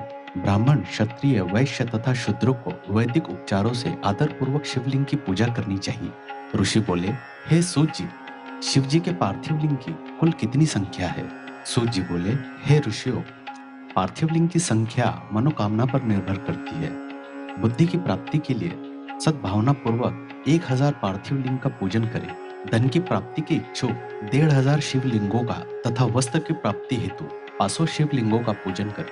भूमि का इच्छुक 1000, दया भाव चाहने वाला 3000, तीर्थ यात्रा करने की चाह रखने वाले को 2000 तथा मोक्ष की प्राप्ति के इच्छुक मनुष्य 1 करोड़ पार्थिव लिंगों की वेदोक्त विधि से पूजा आराधना करें। अपनी कामनाओं के अनुसार शिवलिंगों की पूजा करें। पार्थिव लिंगों की पूजा करोड़ यज्ञों का फल देने वाली है तथा उपासक को भोग और मोक्ष प्रदान करती है। इसके समान कोई श्रेष्ठ नहीं है, अर्थात यह सर्वश्रेष्ठ है। शिवलिंग की नियमित पूजा अर्चना करने से मनुष्य सभी विपत्तियों से मुक्त हो जाता है। शिवलिंग का नियमित पूजन भवसागर से तरने का सबसे सरल तथा उत्तम उपाय है। हर रोज लिंग का पूजन वेदोक्त विधि से करना चाहिए। भगवान शंकर का नैवेद्यांत पूजन करना चाहिए। भगवान शंकर की 8 मूर्तियां पृथ्वी, जल, अग्नि, वायु, आकाश, सूर्य, चंद्रमा तथा यजमान है। इसके अतिरिक्त शिव, भव, रुद्र, उग्र, भीम, ईश्वर, महादेव तथा पशुपति नामों का भी पूजन करें। अक्षत, चंदन और बेलपत्र लेकर भक्ति पूर्वक शिव जी का पूजन करें तथा उनके परिवार जिसमें ईशान, नंदी, चंड, महाकाल, भृंगी, वृष, स्कंद, कपदीश्वर, शुक्र तथा सोमहे का 10 दिशाओं में पूजन करें। शिव जी के वीरभद्र और कार्तिक मुख के पूजन के पश्चात 11 रुद्रों की पूजा करें। पंचाक्षर मंत्र का जाप करें तथा शतरुद्रीय और शिव पंचांग का पाठ करें। इसके उपरांत शिवलिंग की परिक्रमा कर शिवलिंग का विसर्जन करें। रात्रि के समय समस्त देव कार्यों को उत्तर दिशा की ओर मुंह करके ही करना चाहिए। पूजन करते समय मन में भगवान शिव का स्मरण करना चाहिए। जिस स्थान पर शिवलिंग स्थापित हो वहां पर पूर्व, पश्चिम और उत्तर दिशा में न बैठे, क्योंकि पूर्व दिशा भगवान शिव के समान पड़ती है और इष्ट देव का सामना नहीं रोकना चाहिए। उत्तर दिशा में शक्ति स्वरूप उमा देवी विराजमान है। पश्चिम दिशा में शिव जी का पीछे का भाग है और पूजा पीछे से नहीं की जा सकती, इसलिए दक्षिण दिशा में उत्तराभिमुख होकर बैठना चाहिए। शिव के उपासकों को भस्म से त्रिपुंड लगाकर रुद्राक्ष की माला, बेलपत्री आदि लेकर भगवान शिव का पूजन करना चाहिए। यदि भस्म न मिले तो मिट्टी से ही त्रिपुंड का निर्माण करके पूजन करना चाहिए। और इसी के साथ हमारा 21वां अध्याय यही समाप्त होता है। विद्येश्वर संहिता का 22वां अध्याय, जिसका नाम है शिव नैवेद्य और बिल्व महात्म्य। तो चलिए ये शुरू करते हैं। ऋषि बोले, हे सूर्य जी, हमने पूर्व सुना है कि शिव का नैवेद्य ग्रहण नहीं करना चाहिए। इस संबंध में शास्त्र क्या कहते हैं, इसके बारे में बताइए तथा बिल्व के महात्म्य को भी स्पष्ट कीजिए। सूर्य जी ने कहा, हे मुनियों, आप सभी शिव व्रत का पालन करने वाले हैं, इसलिए मैं आपको प्रसन्नता पूर्वक सारी बातें बता रहा हूँ। आप ध्यान पूर्वक सुने। भगवान शिव के भक्त को जो उत्तम व्रत का पालन करता है तथा बाहर भीतर से पवित्र व शुद्ध है, अर्थात निष्काम भाव से भगवान शंकर की पूजा अर्चना करता है, शिव नैवेद्य का अवश्य भक्षण करना चाहिए, क्योंकि नैवेद्य को देख लेने से ही सारे पाप दूर हो जाते हैं। उसको ग्रहण करने से बहुत से पुण्यों का फल मिलता है। नैवेद्य को खाने से हजारों और अरबों यज्ञों का पुण्य अंदर आ जाता है। जिसके घर में शिव के नैवेद्य का प्रचार होता है, उसका घर तो पवित्र है ही, बल्कि वह साथ के अन्य घरों को भी पवित्र कर देता है। इसलिए सिर झुकाकर प्रसन्नता पूर्वक एवं भक्ति भावना से इसे ग्रहण करे और इसे खा ले। जो मनुष्य इसे ग्रहण करने में या लेने में विलंब करता है, वह पाप का भागी होता है। शिव की दीक्षा में युक्त शिव भक्त के लिए नैवेद्य महाप्रसाद है। जो मनुष्य भगवान शिव के अलावा अन्य देवताओं की दीक्षा भी धारण किए हैं, उनके संबंध में ध्यान पूर्वक सुनिए ब्राह्मणों। जहाँ से शालग्राम शिला की उत्पत्ति होती है, वहाँ उत्पन्न लिंग में, रस लिंग में, पाषाण, रजत तथा स्वर्ण से निर्मित लिंग में देवताओं तथा सिद्धों द्वारा प्रतिष्ठित लिंग में, केसर लिंग, स्फटिक लिंग, रत्न निर्मित लिंग तथा समस्त ज्योतिर्लिंगों में विराजमान भगवान शिव के नैवेद्य को ग्रहण करना चंद्रायन व्रत के समान पुण्यदायक है। शिव नैवेद्य भक्षण करने एवं उसे सिर पर धारण करने से ब्रह्म हत्या के पाप से भी छुटकारा मिल जाता है और मनुष्य पवित्र हो जाता है। परंतु जहाँ चांडालों का अधिकार हो, वहाँ का महाप्रसाद भक्ति पूर्वक भक्षण नहीं करना चाहिए। बाणलिंग, लोह निर्मित लिंग, सिद्धलिंग, उपासना से प्राप्त अर्थात सिद्धों द्वारा स्थापित लिंग, स्वयंभू लिंग एवं मूर्तियों का जहाँ पर चंड का अधिकार नहीं है, जो मनुष्य भक्ति पूर्वक स्नान कराकर उस जल का 3 बार आचमन करता है, उसके सभी कायिक, वाचिक और मानसिक पाप नष्ट हो जाते हैं। जो वस्तु भगवान शिव को अर्पित की जाती है वह अत्यंत पवित्र मानी जाती है। हे ऋषियों, बिल्व अर्थात बेल का वृक्ष महादेव का रूप है। देवताओं द्वारा इसकी स्तुति की गई है। तीनों लोकों में स्थित सभी तीर्थ बिल्व में ही निवास करते हैं, क्योंकि इसकी जड़ में लिंग रूपी महादेव जी का वास होता है। जो इसकी पूजा करता है वह निश्चित ही शिव पद प्राप्त करता है। जो मनुष्य बिल्व की जड़ के पास अपने मस्तक को जल से सींचता है उसे संपूर्ण तीर्थ स्थलों पर स्नान का फल प्राप्त होता है। बिल्व की जड़ों को पूरा पानी से भरा देखकर भगवान शिव संतुष्ट एवं प्रसन्न होते हैं। जो मनुष्य बिल्व की जड़ों अर्थात मूल भाग का गंध, पुष्प इत्यादि से पूजन करता है वह सीधा शिवलोक जाता है। उसे संतान और सुख की प्राप्ति होती है। भक्ति पूर्वक पवित्र मन से बिल्व की जड़ों में दीपक जलाने वाला मनुष्य सब पापों से छूट जाता है। इस वृक्ष के नीचे जो मनुष्य एक शिव भक्त ब्राह्मण को भोजन कराता है उसे 1 करोड़ ब्राह्मणों को भोजन कराने का फल मिलता है। इस वृक्ष के नीचे दूध घी में पके अन्न का दान देने से दरिद्रता दूर हो जाती है। हे ऋषियों, प्रवृत्ति और निर्वृत्ति के 2 मार्ग है। प्रवृत्ति के मार्ग में पूजा पाठ करने से मनोरथ पूर्ण हो जाते हैं। यह संपूर्ण अभिष्ट फल प्रदान करता है। किसी सुपात्र गुरु द्वारा विधि विधान से पूजन कराए। अभिषेक के बाद अग्नि चावल से बना नैवेद्य अर्पण करे। पूजा के अंत में शिवलिंग को संपुट में विराजमान कर घर में किसी शुद्ध स्थान पर रख दे। निर्वृत्ति मार्गी उपासकों को हाथ में ही पूजन करना चाहिए। भिक्षा में प्राप्त भोजन को ही नैवेद्य के रूप में अर्पित करे। निवृत्ति पुरुषों के लिए सूक्ष्मलिंग ही श्रेष्ठ है। विभूति से पूजन करे तथा विभूति को ही निवेदित करे। पूजा करने के उपरांत लिंग को मस्तक पर धारण करे। और इसी के साथ हमारा 22वां अध्याय यहीं समाप्त होता है। विद्येश्वर संहिता का 23वां अध्याय, जिसका नाम है शिव नाम की महिमा।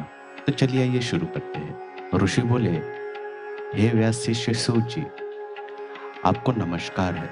हम पर कृपा कर हमें परम उत्तम रुद्राक्ष तथा शिव नाम की महिमा का महात्म्य सुनाइए। सूत जी बोले, हे ऋषियों, आपने बहुत ही उत्तम तथा समस्त लोगों के हित की बात पूछी है। भगवान शिव की उपासना करने वाले मनुष्य धन्य है। उनका मनुष्य होना सफल हो गया है। साथ ही शिव शक्ति से उनके कुल का उद्धार हो गया है। जो मनुष्य अपने मुख से सदा शिव और शिव नमो का उच्चारण करते हैं, पाप उनका स्पर्श भी नहीं कर पाता है। भस्म, रुद्राक्ष और शिव नाम त्रिवेणी के समान महापुण्यमय है। इन तीनों के निवास और दर्शन मात्र से ही त्रिवेणी के स्नान का फल प्राप्त हो जाता है। इसका निवास जिसके शरीर में होता है उसके दर्शन मात्र से ही सभी पापों का विनाश हो जाता है। भगवान शिव का नाम गंगा है। विभूति भस्म यमुना मानी गई है तथा रुद्राक्ष को सरस्वती कहा गया है। इनकी संयुक्त त्रिवेणी समस्त पापों का नाश करने वाली है। हे श्रेष्ठ ब्राह्मणों, इनकी महिमा सिर्फ भगवान महेश्वर ही जानते हैं। यह शिव नाम का महात्म्य समस्त पापों को हर लेने वाला है।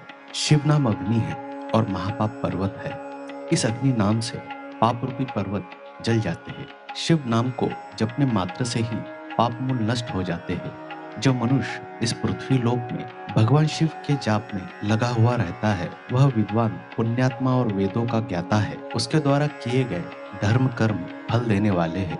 जो भी मनुष्य शिव नाम रूपी नौका पाकर भवसागर को तर जाते हैं उनके बहुरूपी पाप निसंदेह ही नष्ट हो जाते हैं। जो पाप रूपी दावानल से पीड़ित है उन्हें शिव नाम रूपी अमृत का पान करना चाहिए। हे मुनीश्वरों, जिसने अनेक जन्मों तक तपस्या की है उसे ही पापों का नाश करने वाली शिव शक्ति प्राप्त होती है। जिस मनुष्य के मन में कभी न खंडित होने वाली शिव भक्ति प्रकट हुई है उसे ही मोक्ष मिलता है। जो अनेक पाप करके भी भगवान शिव के नाम जप में आदर पूर्वक लग गया है वह समस्त पापों से मुक्त हो जाता है। इसमें जरा भी संशय नहीं है। जिस प्रकार जंगल में दावानल से दग्ध हुए वृक्ष भस्म हो जाते हैं उसी प्रकार शिव नाम रूपी दावानल से दग्ध होकर उसके सारे पाप भस्म हो जाते हैं।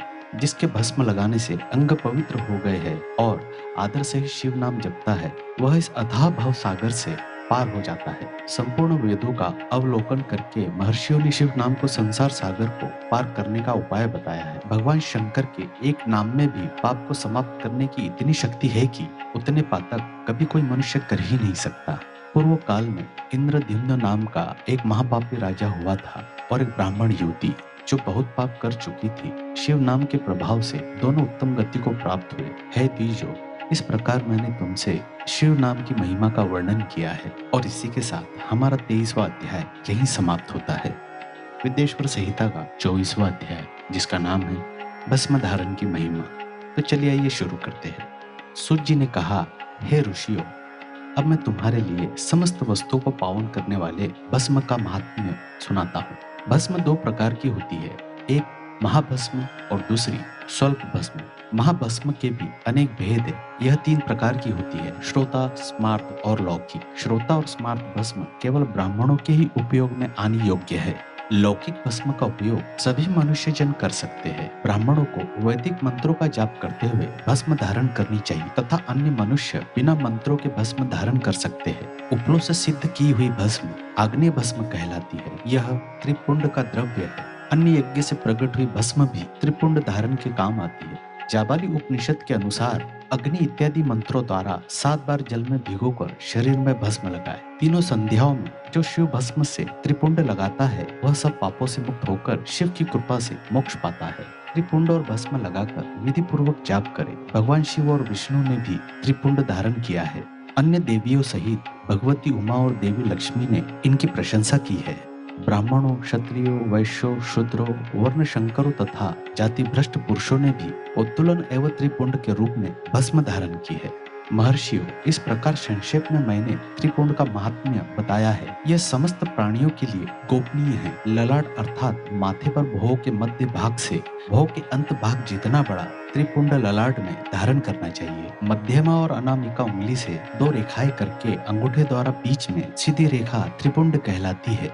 त्रिपुंड अत्यंत उत्तम तथा भोग और मोक्ष देने वाला है। त्रिपुंड की एक एक रेशा में 9 देवता है जो सभी अंगों में स्थित है। प्रणव का प्रथम अक्षर अकार, घाह्य पत्य अग्नि, पृथ्वी, धर्म, रजोगुण, ऋग्वेद, क्रिया शक्ति, प्रातः सवन तथा महादेव ये त्रिपुंड की प्रथम रेशा के 9 देवता है। प्रणव का दूसरा अक्षर उकार, दक्षिणाग्नि, आकाश, सत्व गुण, यजुर्वेद, मध्य दिन सवन, इच्छा शक्ति, अंतरात्मा तथा महेश्वर ये दूसरी रेखा के 9 देवता है। प्रणव का तीसरा अक्षर मकार, आवनीय अग्नि, परमात्मा, तमोगुण, द्युलोक, ज्ञान शक्ति, सामवेद, तृतीय सवन तथा शिव ये तीसरी रेखा के 9 देवता है। प्रतिदिन स्नान से शुद्ध होकर भक्ति भाव से त्रिपुंड में स्थित देवताओं को नमस्कार कर त्रिपुंड धारण करे तो भोग और मोक्ष दोनों की प्राप्ति होती है। भस्म को 32, 16, 8 अथवा 5 स्थानों में धारण करें। सिर, माथा, दोनों कान, दोनों आंखें, नाक के दोनों नथुनों, दोनों हाथ, मुंह, कंठ, दोनों कोहनी, दोनों भुजदंड, हृदय, दोनों बगल, नाभि, दोनों अंडकोश, दोनों उर, दोनों घुटनों, दोनों पिंडली, दोनों जांघों और पांव आदि 32 अंगों में क्रमश अग्नि, वायु, पृथ्वी, देश, दशो दिशाएं, दशो दिक्पाल, 8 वसुंधरा, ध्रुव, सोम, आम, अनिल, प्रातःकाल इत्यादि का नाम लेकर भक्ति भाव से त्रिपुंड धारण करें अथवा एकाग्र चित्त हो 16 स्थान में ही त्रिपुंड धारण करें। सिर, माथा, कंठ, दोनों कंधों, दोनों हाथों, दोनों कोहनियों तथा दोनों कलाइयों, हृदय, नाभि, दोनों पसलियों एवं पीठ में त्रिपुंड लगाकर इन 16 अंगों में धारण करें। तब अश्विनी कुमार, शिव शक्ति, रुद्र, ईश, नारद और वामा आदि 9 शक्तियों का पूजन करके इन्हें त्रिपुंड में धारण करें। सिर, बाल, दोनों कान, मुंह, दोनों हाथ, हृदय, नाभि, उरु युगल, दोनों पिंडली एवं दोनों पावों इन 16 अंगों में क्रम शिव, चंद्रमा, रुद्र, ब्रह्मा, गणेश, लक्ष्मी, विष्णु, शिव, प्रजापति, नाग, दोनों नाग कन्या, ऋषि कन्या, समुद्र, तीर्थ इत्यादि के नाम स्मरण करके त्रिपुंड भस्म धारण करें। माथा, दोनों कान, दोनों कंधे, छाती, नाभि एवं गुह्य अंग आदि 8 अंगों में सप्तऋषि ब्राह्मणों का नाम लेकर भस्म धारण करें अथवा मस्तक, दोनों भुजाएं, हृदय और नाभि इन 5 स्थानों को भस्म धारण करने के योग्य बताया गया है। देश तथा काल को ध्यान में रखकर भस्म को अभिमंत्रित करना चाहिए तथा भस्म को जल में मिलाना चाहिए। त्रिनेत्रधारी, सभी गुणों के आधार तथा सभी देवताओं के जनक और ब्रह्मा एवं रुद्र की उत्पत्ति करने वाले परब्रह्म परमात्मा शिव का ध्यान करते हुए ओम नमः शिवाय मंत्र को बोलते हुए माथे व अंगों पर त्रिपुंड धारण करें। और इसी के साथ हमारा 24वां अध्याय समाप्त होता है। विद्येश्वर संहिता का 25वां अध्याय जिसका नाम है रुद्राक्ष का महात्म्य। तो चलिए आइए शुरू करते हैं। सूत जी कहते हैं, महाज्ञानी विश्वस्वरूप सौनक, भगवान शंकर के प्रिय रुद्राक्ष का महात्म्य मैं तुम्हें सुना रहा हूँ। यह रुद्राक्ष परम पावन है। इसके दर्शन, स्पर्श एवं जप करने से समस्त पाप नष्ट हो जाते हैं। इसकी महिमा तो स्वयं सदाशिव ने संपूर्ण लोक के कल्याण के लिए देवी पार्वती को सुनाई है।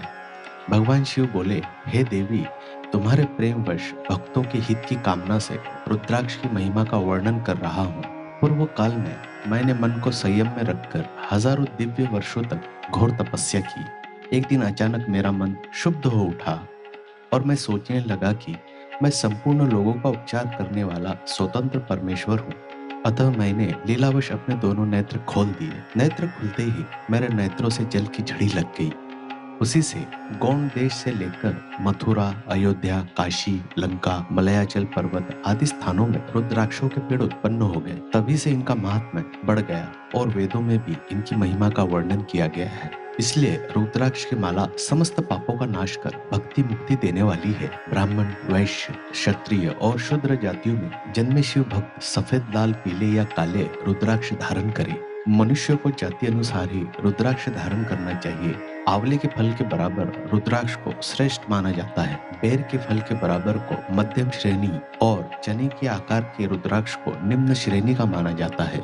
हे देवी, बेर के समान रुद्राक्ष छोटा होने पर भी लोक में उत्तम फल देने वाला तथा सुख सौभाग्य की वृद्धि करने वाला होता है।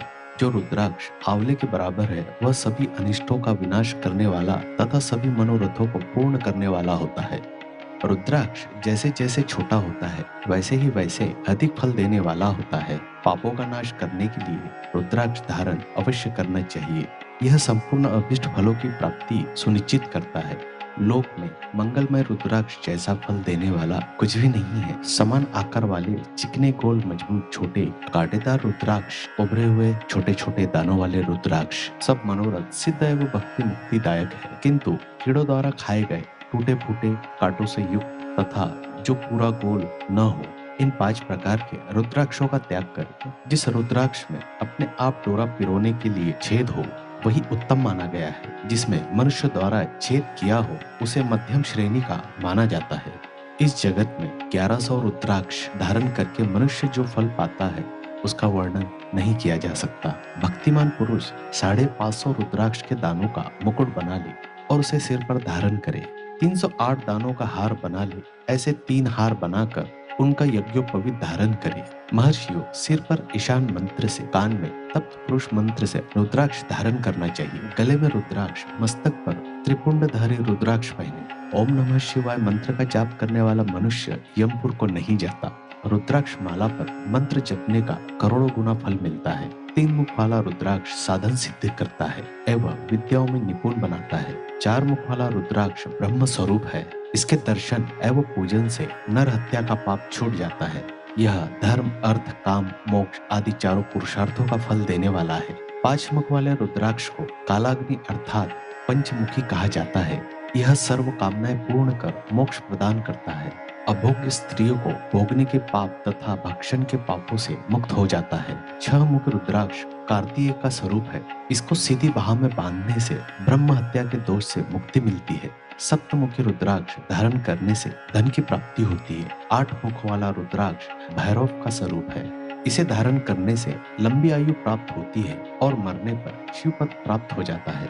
9 मुख वाला रुद्राक्ष भैरव तथा कपिल मुनि का स्वरूप माना जाता है और भगवती दुर्गा उसकी अधिष्ठात्री देवी मानी गई है। इसे बाएं हाथ में धारण करने से समस्त वैभव की प्राप्ति होती है। 10 मुख वाला रुद्राक्ष साक्षात भगवान विष्णु का रूप है। इसे धारण करने से सभी मनोरथ पूर्ण हो जाते हैं। 11 मुख वाला रुद्राक्ष रुद्र रूप है। इसको धारण करने से मनुष्य को सब स्थानों पर विजय मिलती है। 12 मुख वाले रुद्राक्ष को बालों में धारण करने से मस्तक पर 11 सूर्यों के समान तेज प्राप्त होता है। 13 मुख वाला रुद्राक्ष विश्व देवों का स्वरूप है। इसे धारण करने से सौभाग्य और मंगल का लाभ मिलता है। 14 मुख वाला रुद्राक्ष साक्षात शिव का स्वरूप है। इसे भक्ति पूर्वक मस्तक पर धारण करने से समस्त पापों का नाश हो जाता है। इस प्रकार मुखों के भेद से रुद्राक्ष के 14 भेद बताए गए हैं। हे पार्वती जी, अब मैं तुम्हें रुद्राक्ष धारण के मंत्र सुनाता हूँ।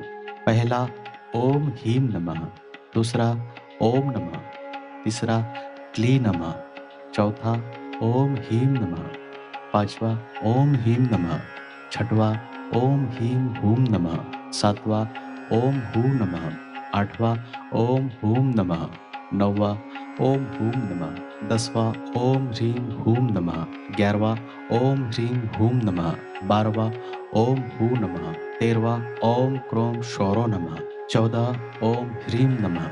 इन 14 मंत्रों द्वारा क्रमशः 1 से लेकर 14 मुख वाले रुद्राक्ष को धारण करने का विधान है। साधक को नींद और आलस्य का त्याग कर श्रद्धा भक्ति से मंत्रों द्वारा रुद्राक्ष धारण करना चाहिए। रुद्राक्ष की माला धारण करने वाले मनुष्य को देखकर भूत प्रेत पिशाच डाकिनी शाकिनी दूर भाग जाते हैं। रुद्राक्षधारी पुरुष को देखकर स्वयं मैं, भगवान विष्णु, देवी दुर्गा, गणेश, सूर्य तथा अन्य देवता भी प्रसन्न हो जाते हैं।